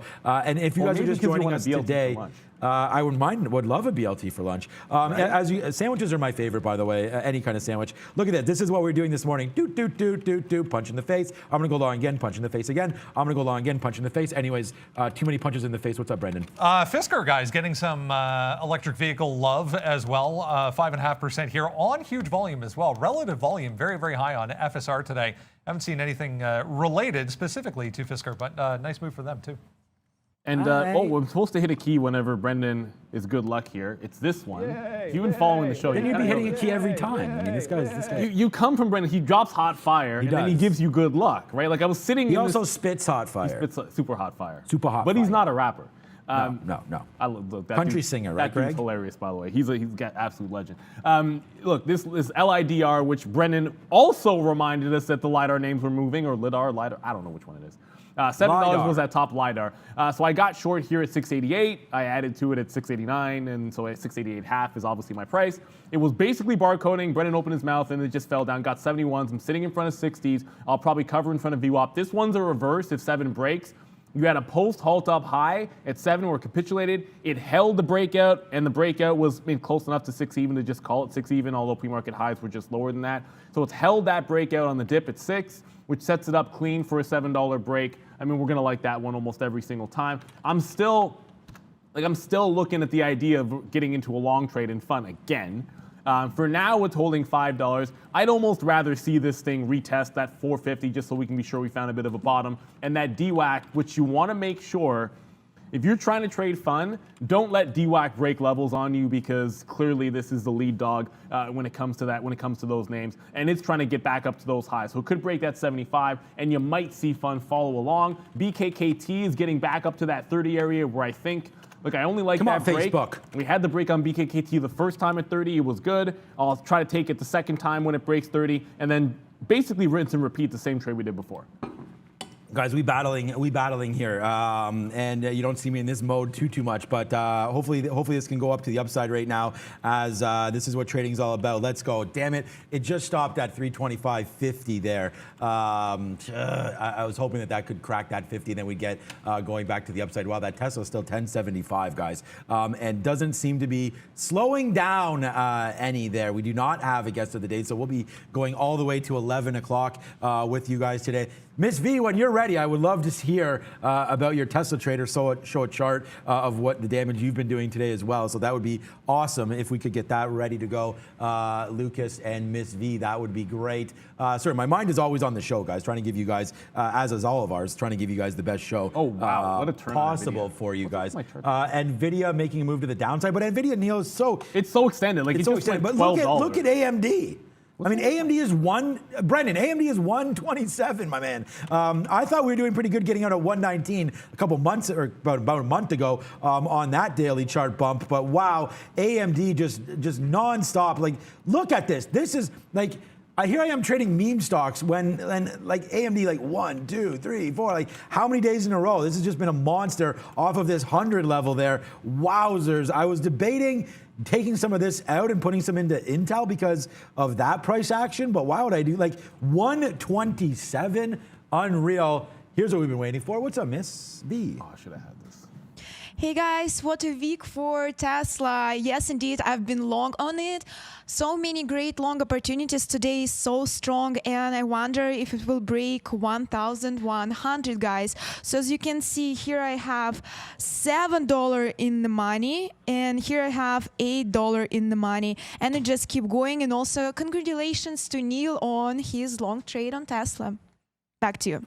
She's back there, yeah. Yeah, but at least you got back in, Miss V. Like, I didn't, like, I just sat here and was, like, staring at it. Like, where's it going to go? Is it going to go 1,100? Blah, blah, blah. Like, you know what I mean? It's just, it happens to you. And I know, look, there's some of these other fast-moving names which are taking the attention away. Remember when I say opportunity cost? There is nothing wrong. Like, if you trade one symbol a day and that's your jam, then do that, man. If you trade two and that's, I know I just said jam. Man, I'm old. But they do you. Like, I know we'll be in like 4 or 5. I've been trying to do that a little bit less because these crazy halt stocks require a bit more attention. Brendan always requires your attention. I forgot about this one. The polka dot play, Brendan, small cap recap. Is it? It is. Hey guys, yeah, busy morning in small cap world. Let's talk about a few of them now. This EQOS, we mentioned a couple of times, pre-market, was kind of surfing. You can see back and forth across the 7 area, which if you go to the daily chart is a very clear area of resistance on the daily time frame. So going into the open, we were trading below that, give you a very, very clear out. This comes all the way back down to 5. So 675 all the way down to 5, depending on where you caught that one. AGC, I mentioned just before the open, broke back through 1450 here, gave you a nice retest versus 1450, down to 13 on AGC. And then this Foon I wanted to mention simply because I was in this trade and was going to be in this trade, even regardless of the offering. So just using this 750 from late in the day yesterday, and then above that, 8 was a level as well. So that pop up to 750 gave me my entry. I was always going to be out of this at pre-market lows. It was a couple of tough days for me in the market the past couple of days. So 2 simple plans today. Simplify, be green. Check, check. Guys. I got a plan for tomorrow. If I get along on Tesla and it goes in the money, hold it. Which I think is a pretty easy thing. Like, you know what? It's easy to say. It's not easy to do, man, because we were trading, we remember day trading Tesla at times when it was in the low hundreds, right? So you get locked into taking things like $10, $15 profit as being good, and then you remember you're trading $1,000 stock. And then, suddenly you got to start thinking about $40, $50 worth of profit. Yeah. Like that's just a mental adjustment that traders have to make because you get anchored to gross sometimes, and gross, gross P&L and trades. Here comes whatever, man. It just broke the upside. I reversed to the long like I said I would. I'm not, why sit there trying to think about the name?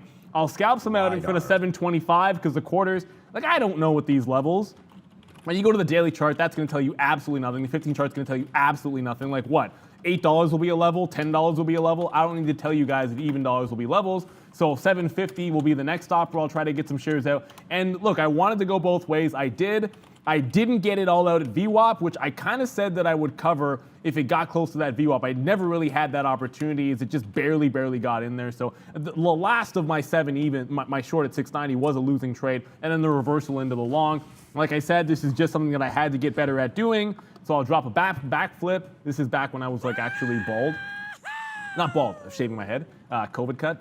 But anyways, one of the things I wanted to get better at doing was I would look at these charts over and over again, and I'd have a decent short that would hold. And by the way, we're halting to the upside. I'll see if I can get some shares on that halt. Can I? Kenny? Can I get? Kenny? No? Bueller? Got some. Yeah, I got some. So anyway, 773, it looks like it's halting. Obviously, I got the break at 7 even. So you're averaging up clearly here, when it goes to 10%. But I like the halt reopen trade, so I'm going to cover half when it reopens. But one of the things I was saying all year long, and I'm finally starting to do better at, is if I get a short that doesn't follow through, and it's a good level, which I think it is, it's a halt price, it's an even dollar level, both things play in your favor, it should be a reversal. And I don't always do it.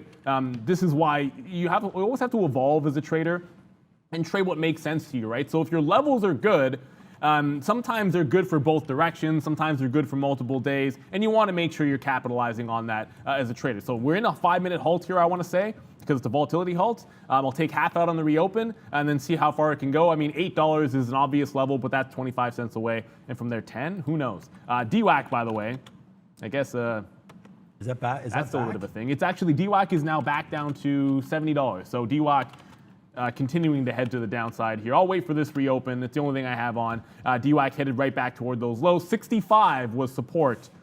We'll see if it is when it gets there, but 65 was the support level that I thought could be real on this one.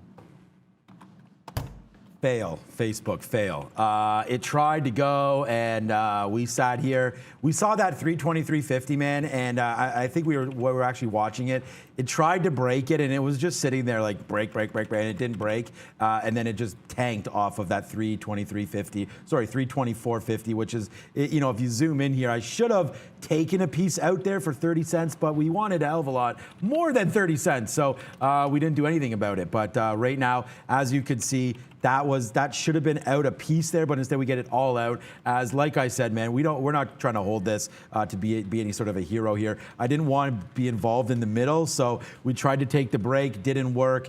Take that dollar hit or $1.20 hit or so on Facebook. So the battle back continues for me. That would have been nice to put that one in the feather, but in the cap there. But we'll wait to see if that can still go. You know, I don't mind if now I have to wait for a 324.50 break, but if that doesn't happen, then we'll just sit here and hold out hope, I guess, that something comes through here on Facebook. I don't even want to test really these bottoms. I'm still so impressed with AMD today. I mean, that is like, I almost feel like I got to get some out. Like we were long AMD 50s and 75s, and now it's straight to the upside. Let's just check out what Nike's doing. I want to get more money into Nike, so that's why I'm thinking to myself like maybe switching, but it's kind of flat over the last couple of days. We recently bought this at 145, so that's been working out quite nicely for us here on AMD.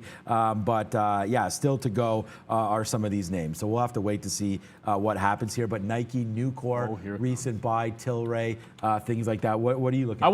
EWAC? Oh my God. I was about to check to see what Freeport was doing and some of the other material names because I haven't looked this morning. And then DWAC is approaching 65, so it's continuing to fall. I don't have a short on. I mean, I'm in this LiDAR and I'm looking over, I'm canceling my breakout on BKKT. I'm looking back over at FUN to see that it's trying to test that 450. So if 65 holds on DWAC, then remember FUN has that 450 level of support. So you know, you can kind of play this in both ways here. As the corner of my eye, about a minute and a half until we open up in LIDR there. But 65, that's your only level. I mean, support is a thing of, it's been moving for a few days, right? Like it just came to market. It's not like you're going to have a lot to look at here, and it has a great price history. So I'm watching 65 even. It looks like it's trying to dip once. It got to 66 and making a bit of a consolidation down here. I'm not sure it's a true break. Like maybe 60, maybe it's back through 68 even. I almost prefer, and by almost I say I'm very likely preferring to some degree FUN, where I know 450 is a level, and if this bounces back and holds 65, that's DWAC, then FUN here at 70 to 75, like your risk is 25 pennies. Although there was a lot of slippage when that $5 broke, so you got to watch out there. So that one has more, it's got decent liquidity. They're both doing good volume, but you can usually trade them side by side. Brendo? Crazy one into the close yesterday. If you were with us, HUDI just starting to move here. Took off to that top on pretty good volume here. You remember yesterday we had this big run up into the close, guys, for HUDI. I like that. What was that one again? HUDI. Huddy. We traded that in the close yesterday. So thanks, Brendan, for that. And I think, this is very, very important too, what Pro Day Trader here is mentioning. And thank you again for all the continued support. But don't give your profits back from last week, man. You just, stay in your lane. I like that I use that, and now people are talking about it. But yeah, just, do what you do best, man, and stay there, and then just start to smash. And I think that that's right? So, I mean, stay where, trade what you've been making money in, and don't step out of it. But you got to take opportunities. I mean, I thought there was one there today in that BKKT, so I don't have any problems with that. I was looking. I mean, I have problems because I don't like to lose, but that can happen to us sometimes. TLSA, what level am I on? TSLA here.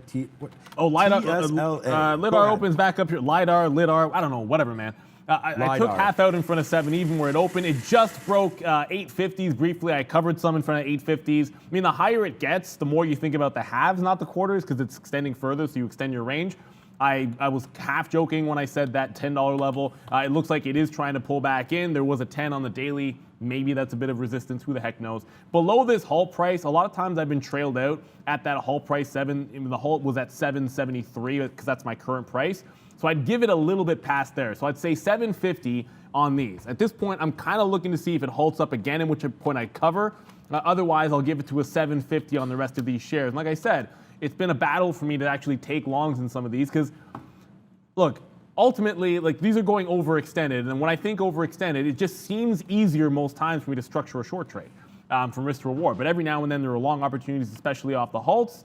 So it's pretty binary. We break 750, I'm out. If it goes into a halt, I'm looking to cover at that actual halt price again. If it breaks out and does not halt, I'll probably look at covering in front of 9 even or 10 even, one of those levels where it might slow down. So LIDR off to the races. And by the way, that PHUN, which I maybe should have, I guess I missed an opportunity there. I got in once at 87, but I really should have had this. When DWAC held 45, there was a good chance to get in here in the 60s or 70s, and I just started it here at 487. Here comes LIDR, which just have to get the attention. As it breaks towards this 9, it might halt, and if it looks like it's going to halt, I want to get out of this one at the top. Yeah, it looks like 9 might even be a top itself. I'm out. Yeah, LIDR. So I mean, LIDAR continues to move like crazy. So we'll just continue this play here. I want to look at BKKT one more time because we are downside. We just keep bouncing off this 25 and change area. So if there is going to be a bouncing spot here, it may just be right around here. So BKKT looking to bounce possibly off 25. But I mean, it's just I cannot believe, and this is what I mean sometimes when we talk about staying in your lane and whatnot. Like this stock is down here half. So we open up the day up to $56, and then it just gets absolutely wrecked on the downside play here. So BKKT, man, just keeps on motoring here to the downside. If you want to try to find some levels, it looks, I mean, I just said maybe it holds 25. So I think we could test along here and then see if we hold 25. But I don't know, man, 24, 74, something like that on the downside here if it does crack. So we are going to be long now, BKKT into this hopefully 24, 25 bottom. So 25.44, we do take, whoopsies, we do take that long again. And look, I mean, let's not try to be heroes. We're going to get out of this if it breaks through 25. I've had enough of holding this for multiple dollar losers. So let's see if we can get back upside just a little bit here, like 27. Like, I don't know. Let's let it play out. But we're long BKKT here. I don't have any offers out. If it goes to the upside, obviously, we'll put our party hats on. But right now, we can't celebrate this stock because it's my negative stock of the day. And hopefully it continues to work here. But bouncing off 25 looks like that might be some support. So we'll just wait to see if we're right on that. And I did get into the reversal on LIDR, and it looks like it might be immediately testing that top here. So I thought it could be 9 even. I covered when it rejected that 9. It's 875. So, I mean, the longs are all good. I mean, your 7 longs good, your 773 long. Now you're breaking 9 even. I did short it there at just like 880s and then covered on a 9 break. So, you got to think about tight stops. Well, I think you got to think about tight stops when you're shorting up here. There's a rejection just now of 9 even. So it broke 9 and then comes right back in. I love that. You guys know I love that setup. So it gets to 919, short on the way back at 91s. You give it to that same high. So about the same risk as the trade before. And then you're just looking for that to be that capitulation, right? So I don't actually have a capitulation graphic, but if that were to happen, I'm looking at 8 even, obviously. I mean, 850 isn't a bad level. If I can take some out in front of 850, because I'm looking at 8 even, which is in front of that halt price at 775. And then if it breaks both of those levels, A, you profited, B, you can start holding back to the breakout at 7 even. And until it's below $7, like, how is this move even done? Like, this was a break at 6, halt up, and then a secondary break at 7. So this is like, I know it's going to come back. It could come back $2 and still be in somewhat of a strong upward trend, believe it or not, as crazy as that sounds. So I want to cover it all in front of that before it gets there. Brendan, again, what you got, bud? I was just reading on that. AEYE Incorporated, which is LIDAR. It's actually a decent size. I mean, it's a small cap, but still 147 million free float on that LIDR. So, yeah. Decent mover, guys, so far today, along with the rest of those LIDAR companies. Let's get a check on how things over in Europe are shaping up. Almost the end of the day over there. Miss V, what's up?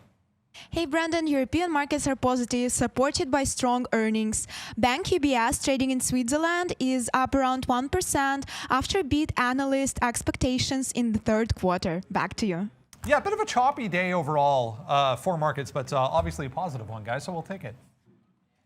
So here comes that LIDR. So again, it looks like that 65 is getting tested on DWAC, which means fund might be put to the test here as well. But I was able to get second target at 8 even. Now I'm just holding LIDAR because if I've got the top here, this is one of those situations where, if it halts down, if it breaks down to 7 even, like that's where I want to get out of this thing. So I was sort of noting here, and I forgot to mention, and thank you for mentioning it, Brandon, but this has like the coolest company name because it's AI, like EYE, which is, I think that's cool. Maybe I'm just a nerd or whatever. But let's see what happens. Going to hold on. I think we got the top here on LIDAR.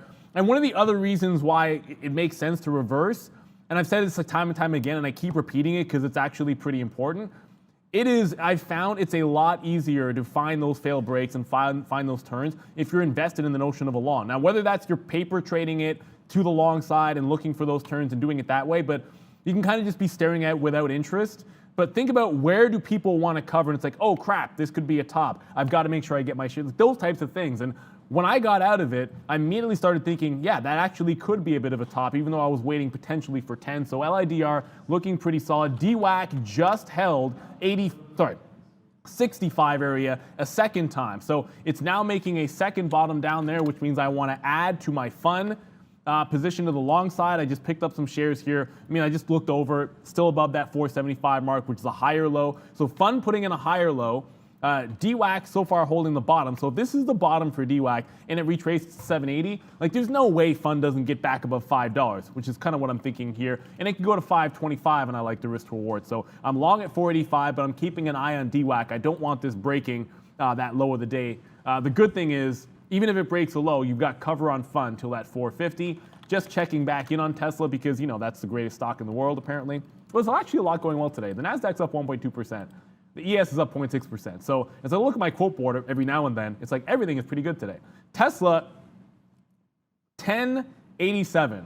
So I was wrong by $1, but just keep in mind, I completely made that number up. So Tesla looks like the march to 1100 is absolutely still ongoing.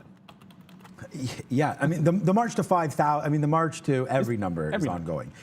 Tesla's just been in such a, honestly, man, the amount of money that's being made on people's accounts in Tesla is unbelievable here. As I was just talking with Greg there, it looks like gamma squeeze and stuff like that. People buying options on Tesla, and it's just starting to go. They haven't even reported yet, so we're going to wait to see on that one. Looking at Facebook here, this looks like, you know, possible bottoms here coming up, 321.60. I mean, we've already been down here, but it's not getting any love today. So the NASDAQ up that 1.25%. Obviously, we've trimmed our Facebook. We talked about that. And you know, I thought that they would get a pass on their earnings there, but it looks like down 2%. Just been negative Nancy all day here today for Facebook. We did try a long there, got busted, lost about that buck. So that's fine for us. But as you can see right now, starting to pick up just a little bit. I am debating this level right here, 322 break. So I think we'll try it one more time, breaking through 322. I like that on Facebook. So let's just try that trade, 322 long, and then we can use some of these bottoms. And we'll give it a little bit more room this time, just because we need to give it to 320. So a 322 break or so might get us there. But see some of these wicks, like I don't even know if those are existing, but that's part of the problem is, you know, it goes like it just went to 322.40 and now it just dropped 50 cents off that number. So yeah, we got to be very, very careful. I'm going to start to build a position here on Facebook. Yeah, there goes, I don't know, I mean, I was underweight in Facebook. It's a long-term thing anyways, but that's actually now back to basically flat from where I got in. Not basically, I think exactly looking at your chart. Sorry, Sean. But someone asked in the chat, is NYSZ halted? Yes, this isn't a volatility halt. You can always check, and I suggest if you trade momentum stocks, especially these low floaters, then there's NASDAQ trade halts right here. You can both see like the reason code, resumption time for quotes, and resumption time when they do state it for the reopen. Now, whenever it's a volatility halt, it's pretty safe to assume it's 5 minutes or 10 minutes. The more volatile it is, the more likely it could be a 10-minute. You might see some utter ridiculousness that happened a few days ago with, I mean, it was Fun and then BENE and a few others that halted for a bit too long, in my opinion. But anyways, we're past that now. So NYSZ is halted. DWAC is headed towards that 65 level. So the test is now on one more time.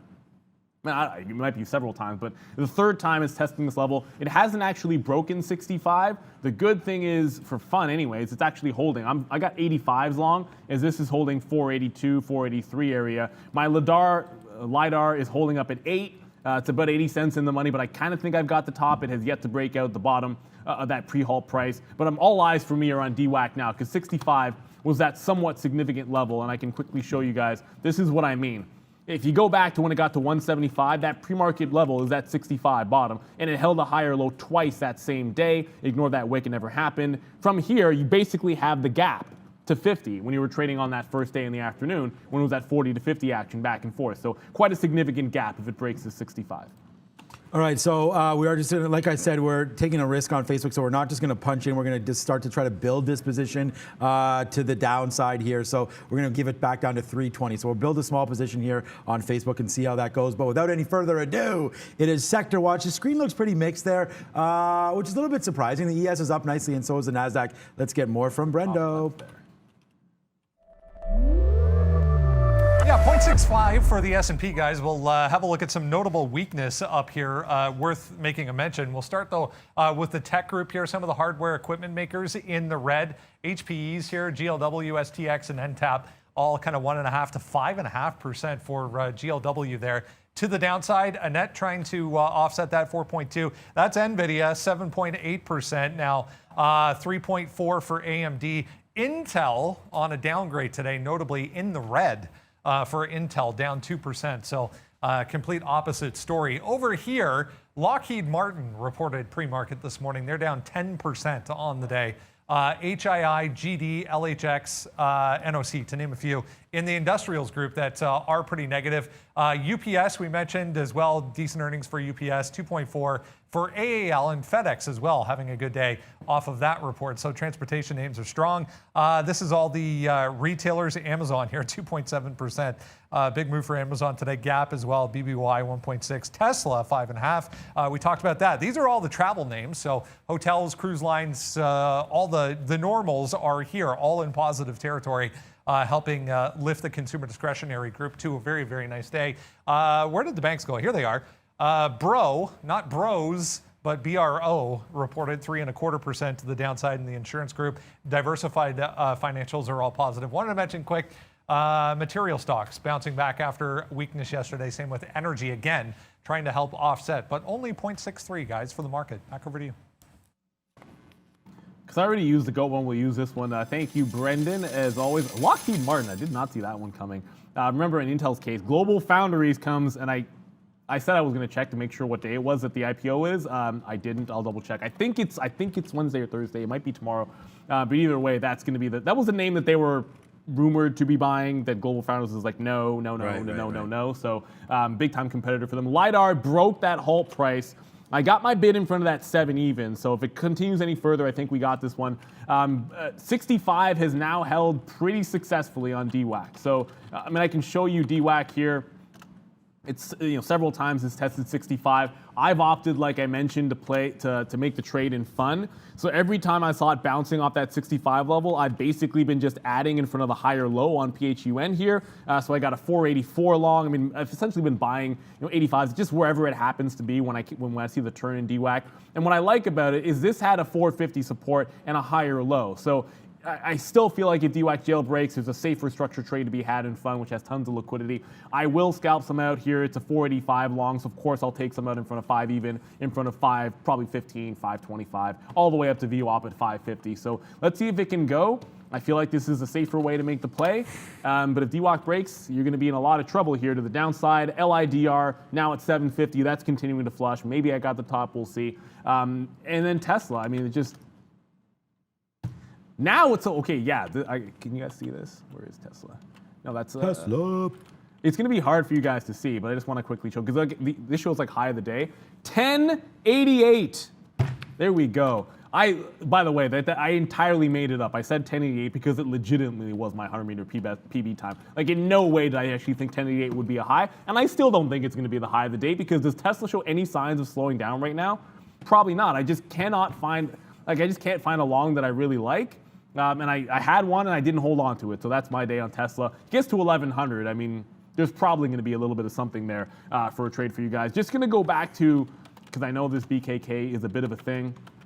Yeah, I know someone's saying like it's a crazy call. Like, come on, it was just like that's just a coincidence. Like you can make up a number like every day that you think a stock is going to go to, and eventually you're going to be right. I just thought pick a number in front of 11, and that's what came to my mind. BKKT is continuing to absolutely crush to the downside. So this is what we're looking at, the context. I'm holding on to the LIDR trade, but a lot of these high flyers, LIDR just took me out. So we'll do this. We'll power up, just got out in front of 7 even, so about $1.60 on that trade. We got the long from 7. We got the long at 773. Then we got the short at 890 on that one back into 7. So played on the way up, played on the way down. There hasn't been a way up for BKKT, but Yeah. I'm not saying I'm going to try it again because I'm down on the stock and it hasn't been good. But if you go to yesterday's action, this is where it actually had this break in the close show, right? Like it was consolidating here around $23. There was a wick down, but $23, which is currently just above that low. So if ever there was a place that was going to make a second push, maybe this is it. It would set you up for a break at 28. This is that 28 high from before. It would potentially set you up for a consolidation long 25s in front of 23. I'm not jumping into this too early. I've got the fund trade to the long side. That looks like it's going to work because DWAC is holding the bottom. I've been trying not to be in 3 or 4 things at once because these stocks are all crazy today. Brendan with another name. There's so many runners. I have never heard of this, but just halted, guys. IINN, 83% just popped up on some news. I'll show you in a sec.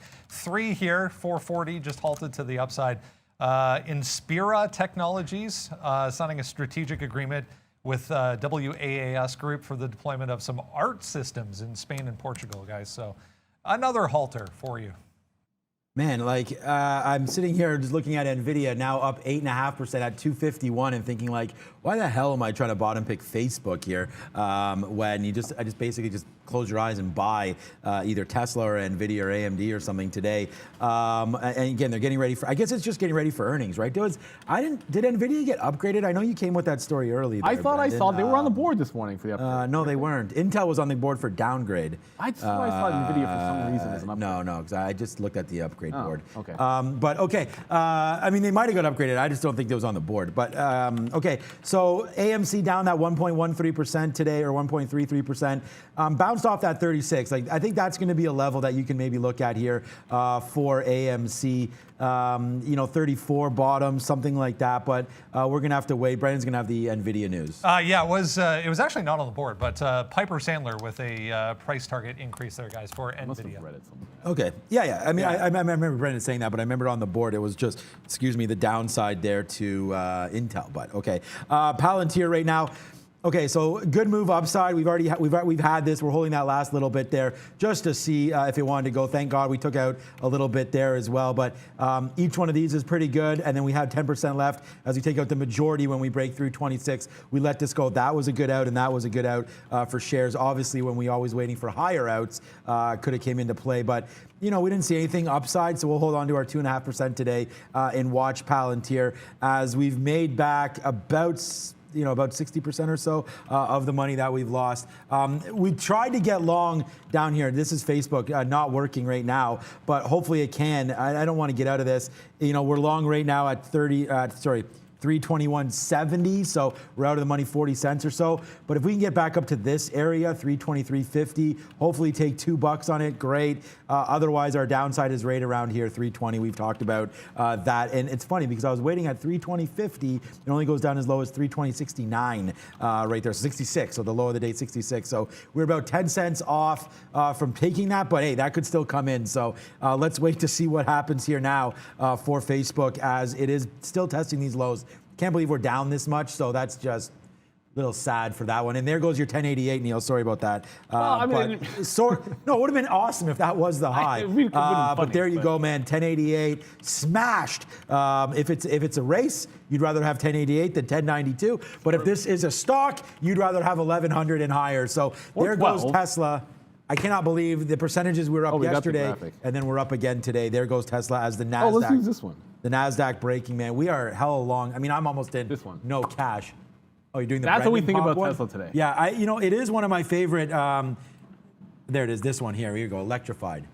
There goes Tesla to the upside. Good trade there. But congratulations, Fisker probably going as well. What's up? So Oxygen. So remember, Oxygen is supposed to have the news coming out I thought tonight or tomorrow. Oxygen halted to the downside. Right. And look, I said at some point, I've not been trading the stock because I've been focusing on all these other names here. I have not been trading this, but I did think there'd be some selling on the news here. I just did not see it at these prices. I thought it would go a little bit higher, but Oxygen now halted to the downside. I don't know if there's anything new here. I haven't really seen anything just yet, but Oxygen, wow, that's a pretty gigantic move into the downside. So watch out, be careful. I don't have a plan for this one on the reopen. I don't want to trade it blindly because I know there is potential news coming. Fun, by the way, I did start covering it, like I said, some in front of 5, and I have offers in front of the 5/4 and then in front of the 550 level, just in case it breaks up. It's held multiple times, DWAC, I should say, has held multiple times at 65. I'm not sure it's going to do it again here. There's an offer now trailing it down. One's at 66.50 for just under 100,000 shares and been following it to the downside. So it's really getting put to the test at the support level at 65. I think it's safer, and I've chosen to trade in at PHUN because it has the offering. It's already capitulated. It's already found a bit of a higher low, and none of those things have happened for DWAC. So I'm not even thinking about going long in front of the 65. Like I said, I like that fund where just a little bit better. We're going to get this Tesla at 1100, and you know what? Yeah, I'm not going to short it at 1100. So no, not going to happen. I just Wow, we broke over 112 on Nucor. Thank you so much, Austin, for bringing that up. And I'm really glad that you took that with me, man. You bought it at 95 just a couple weeks ago with me. So again, congratulations. I mean, I don't have a problem, like we said here. I'm trying to add different things to the show, like tweeting out positions that I'm taking, new trades in the longer term portfolio. And holy crap cans, Nucor, yeah, 112. What a great move today. I was talking, guys, about getting some out if and when we ever got to these levels. So Nucor right now at these levels, and yeah, making moves to the upside goes Nucor. Wow, 112. This may be a good spot to think about getting some out, but I don't have any new ideas. Well, I do have new ideas, but we're gonna wait. Maybe rotate into some DraftKings, but I don't have any steel plays, so I want to be part of this infrastructure bill. So I like Nucor. Really glad to pick it up where we did. And yeah, for Facebook right now, making moves to the upside right here for Facebook. As yeah, we are in this name, averaged in obviously, so you can figure out the position we have. Well, it's on the board, but 320, 350 or so is where we're trying to get out, right around here. So if we can do that, great. Now up in the money, 50 cents. So let's just keep battling today, guys. It's been a fun day here, but yeah, we're battling and we're battling pretty hard. There goes DraftKings as well. Sorry, what did you say, Neil? So no, just saying DWAC just making a break. It actually got back up to 68 there. But I'm looking at Penn here, and one of the reasons I'm looking at Penn, believe it or not, is because, yeah, my score shares are turned over into Penn, so I'm like a de facto. It's not a heck of a lot. Like, I'd covered a lot of the score, but I'm a de facto shareholder of Penn, so I have to decide whether I actually want to hold on to these or whatnot. I'm probably likely to just get out of them. If any kind of a pop into this resistance, it was never my intention, to be a Penn, to get into Penn, but it just sort of happened because I still held those shares. So we'll see what happens. If it gets to like 85, fair enough. It's up nicely today, about 3%. I was just saying DWAC broke to the upside. This is kind of what I mean here. It's trying to break out from that 65 level. If it breaks to 68, I think it can really go. Fund's back above that 5, so it looks like we could have a decent one here. Like I said, I think fund is a safer way to play, but obviously if you got DWAC, it's looking pretty good too. What also looks good, pretty much always, is the big screen when Brendan's in front of it doing, was it Money Watch? Money Talks. Money Talks. Money Talks. Or Money Watch. I don't even know what's going Money on. Watch. Man. How did I forget? Hey guys, yeah, we haven't talked about currencies for a while. Here we go. Pretty quiet day overall. The US dollar basically flat. It was lower, in fact, but back into positive territory for the DXY. That is a lot of these little change so far today. Japanese yen making moves. They're talking about possible rate increases for the Bank of Japan possibly coming, so a little bit higher on that. Swiss franc lower. Australia, New Zealand making moves today. Cryptos are also pretty flat. I threw Ethereum up on the chart over there simply because we're getting back. We did actually test above 4,200 early on today, but back below it currently. 41,150 or 4,150, I should say. A little bit lower, but near highs, whereas Bitcoin is a little bit further away, guys. So relative strength maybe in Ethereum. Okay, so yeah, Facebook making moves. Come on, man. This is $2 now. We're going to try to get this $2 in the money. We're sitting right here to try to get this out, man. We are excited today. And we also have another announcement. We just got a nice message there from Prad. So we have signed Prad now for a longer term. So Memes and Movers ain't going anywhere. Congratulations, Prad. He has there's a no trade clause. Yeah, there's a no trade clause, so he can't. No opt-outs, though. No, it's not no trade. It's non-compete. Oh, okay. Non-compete clause. Well, so basketball. We're really happy to have Prad with us here, but just rewarding him. It's been such a great job that he's done. So congratulations, Prad, and Memes and Movers lives for at least one more day, right, Prad? It's a little hot in here for a hoodie, though, bro. I think we signed him to a 1-week contract. So, dude, it is hot in here, man. I'm like rolling the sleeves leave the up man's alone, man. This is the big day for the man, and then all of a sudden now you're hating on his outfit. Wow, Neil. Well, I do that a lot. You guys, anyways. I'm not going to talk about the Haterade. Neil drinking the Haterade. Look, and there it is sometimes you right gotta there, hate. guys. Yeah, Sometimes you we're just gotta playing. hate. We're just playing around. Thank you, Pratt. I mean, we're really proud of Pratt, and he's been a really, really big help to us. And not only that, but he knows a hell of a lot about everything. So, Pratt, we got to get that. Now that we own you, we got to get that Stream Deck thing working because I want to get those instant messages popping up. So, yeah. I'm just playing around. Pratt, great. I'm just super happy for him and super happy for all of us. Okay, so there goes Facebook. We're now $2 in the money, and we are close to being green on the day. You guys aren't going to, I don't believe it myself, but let's just keep on ripping to the upside. What's up, Brendan? Earnings time. I was going to talk about some earnings here, guys, but I saw this headline here for Apple. Not much of a reaction, but this AI site talking about delaying new MacBook pre-orders or MacBook Pro pre-orders. No warning devices wouldn't arrive today. So heads up on Apple. Again, not much of a reaction so far. Yeah, I mean, look, you already saw the price action on Apple when they talked about delays with iPhone. So like, we're getting positive reaction at this point, saying a lot of this is priced in, right? So I think that's that's the cycle that we're in right now. 70 even just happened on DWAC, which means that we're going to be taking some profit out on this one. I'll keep doing black flips because I like that one.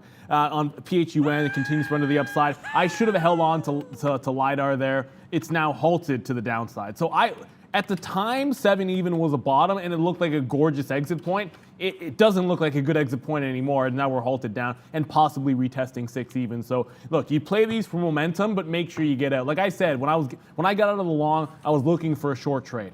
And I think you have to have that mentality that what goes up, the faster and harder that it goes up, with multiple halts, you got to start thinking about your exit strategy. And if you don't have one, then maybe you shouldn't be trading these to the long side. No one ever wants to be holding the bag.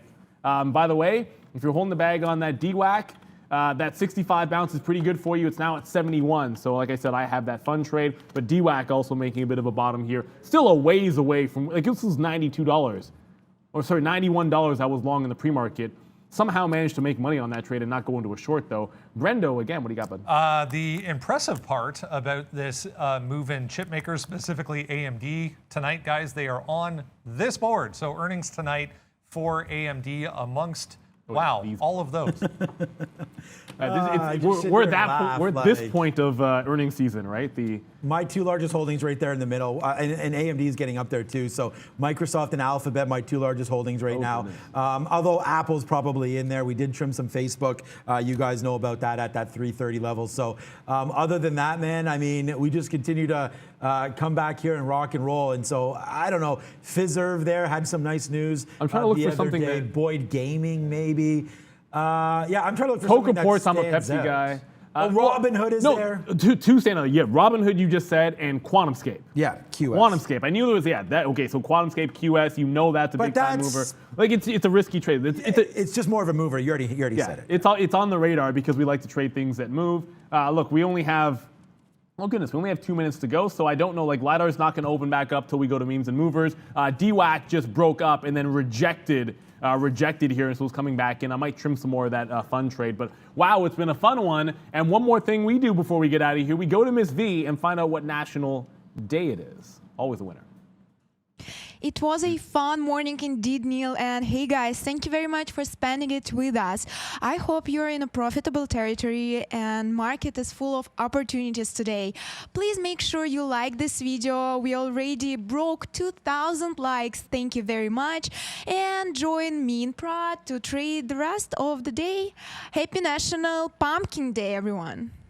That's today's pumpkin day? It is a day. Well, the 26th. Maybe that makes sense because you got to get your pumpkin. You should already have your carve. Yeah, we have like 5 pumpkins. But you get your pumpkin and then you carve it, and then we're having National Pumpkin Carving Day. I think it's on Saturday or Sunday. I just made that day up. Saturday should. But I don't know. We're having friends over to carve pumpkins and drink non-alcoholic beer. Yeah, right. I actually have a non-alcoholic beer in my fridge. It's been there for a while. You know what I do to that? I just find the sink. Well, exactly, but I don't know. It's been sitting. I should probably throw it out because I'm never going to drink it. But anyways, look, it's been an absolute blast. I can't. Good out on Facebook. I am terrible at carving pumpkins, but we do it anyways, and it's an absolute blast. Yeah. My daughter loves it. We all stink. My neighbors are like, those people that's like that's their house because they're really good. So I have a few of those. Well, I look forward to Marissa, seeing we already have lights out. so you got to do that stuff, man. Kids refuse to kind of come up to our door, so it's kind of like a win-win. But at the same time, it's true. Yeah, they run away crying sometimes. Okay. But we've definitely lightened that up because we wanted to see the kids and not really scare them as much. But anyways, yeah, good talk today. It's 11 o'clock already. Yes, sir. Brad, man, we're really super happy for you. And we're just now it's time to grow, and we're just getting started here. So let's throw it over. And speaking of just getting started, these guys are just getting started. What is absolutely going to blow up memes and movers. Good luck trading Tesla the rest of the day. You already killed it, Miss V. Trader Pratt and Miss V. Let's go. Let's go. Trader Pratt and Miss V are back indeed. Welcome back to Tuesday, October 22nd. Memes and Movers. I'm your host, Trader Pratt. This is the beautiful Miss V over here in the green. Hey guys, thank you very much for joining us. As usual, be active on the chat, ask us anything, write what you trade, and of course, please give us a like. Well,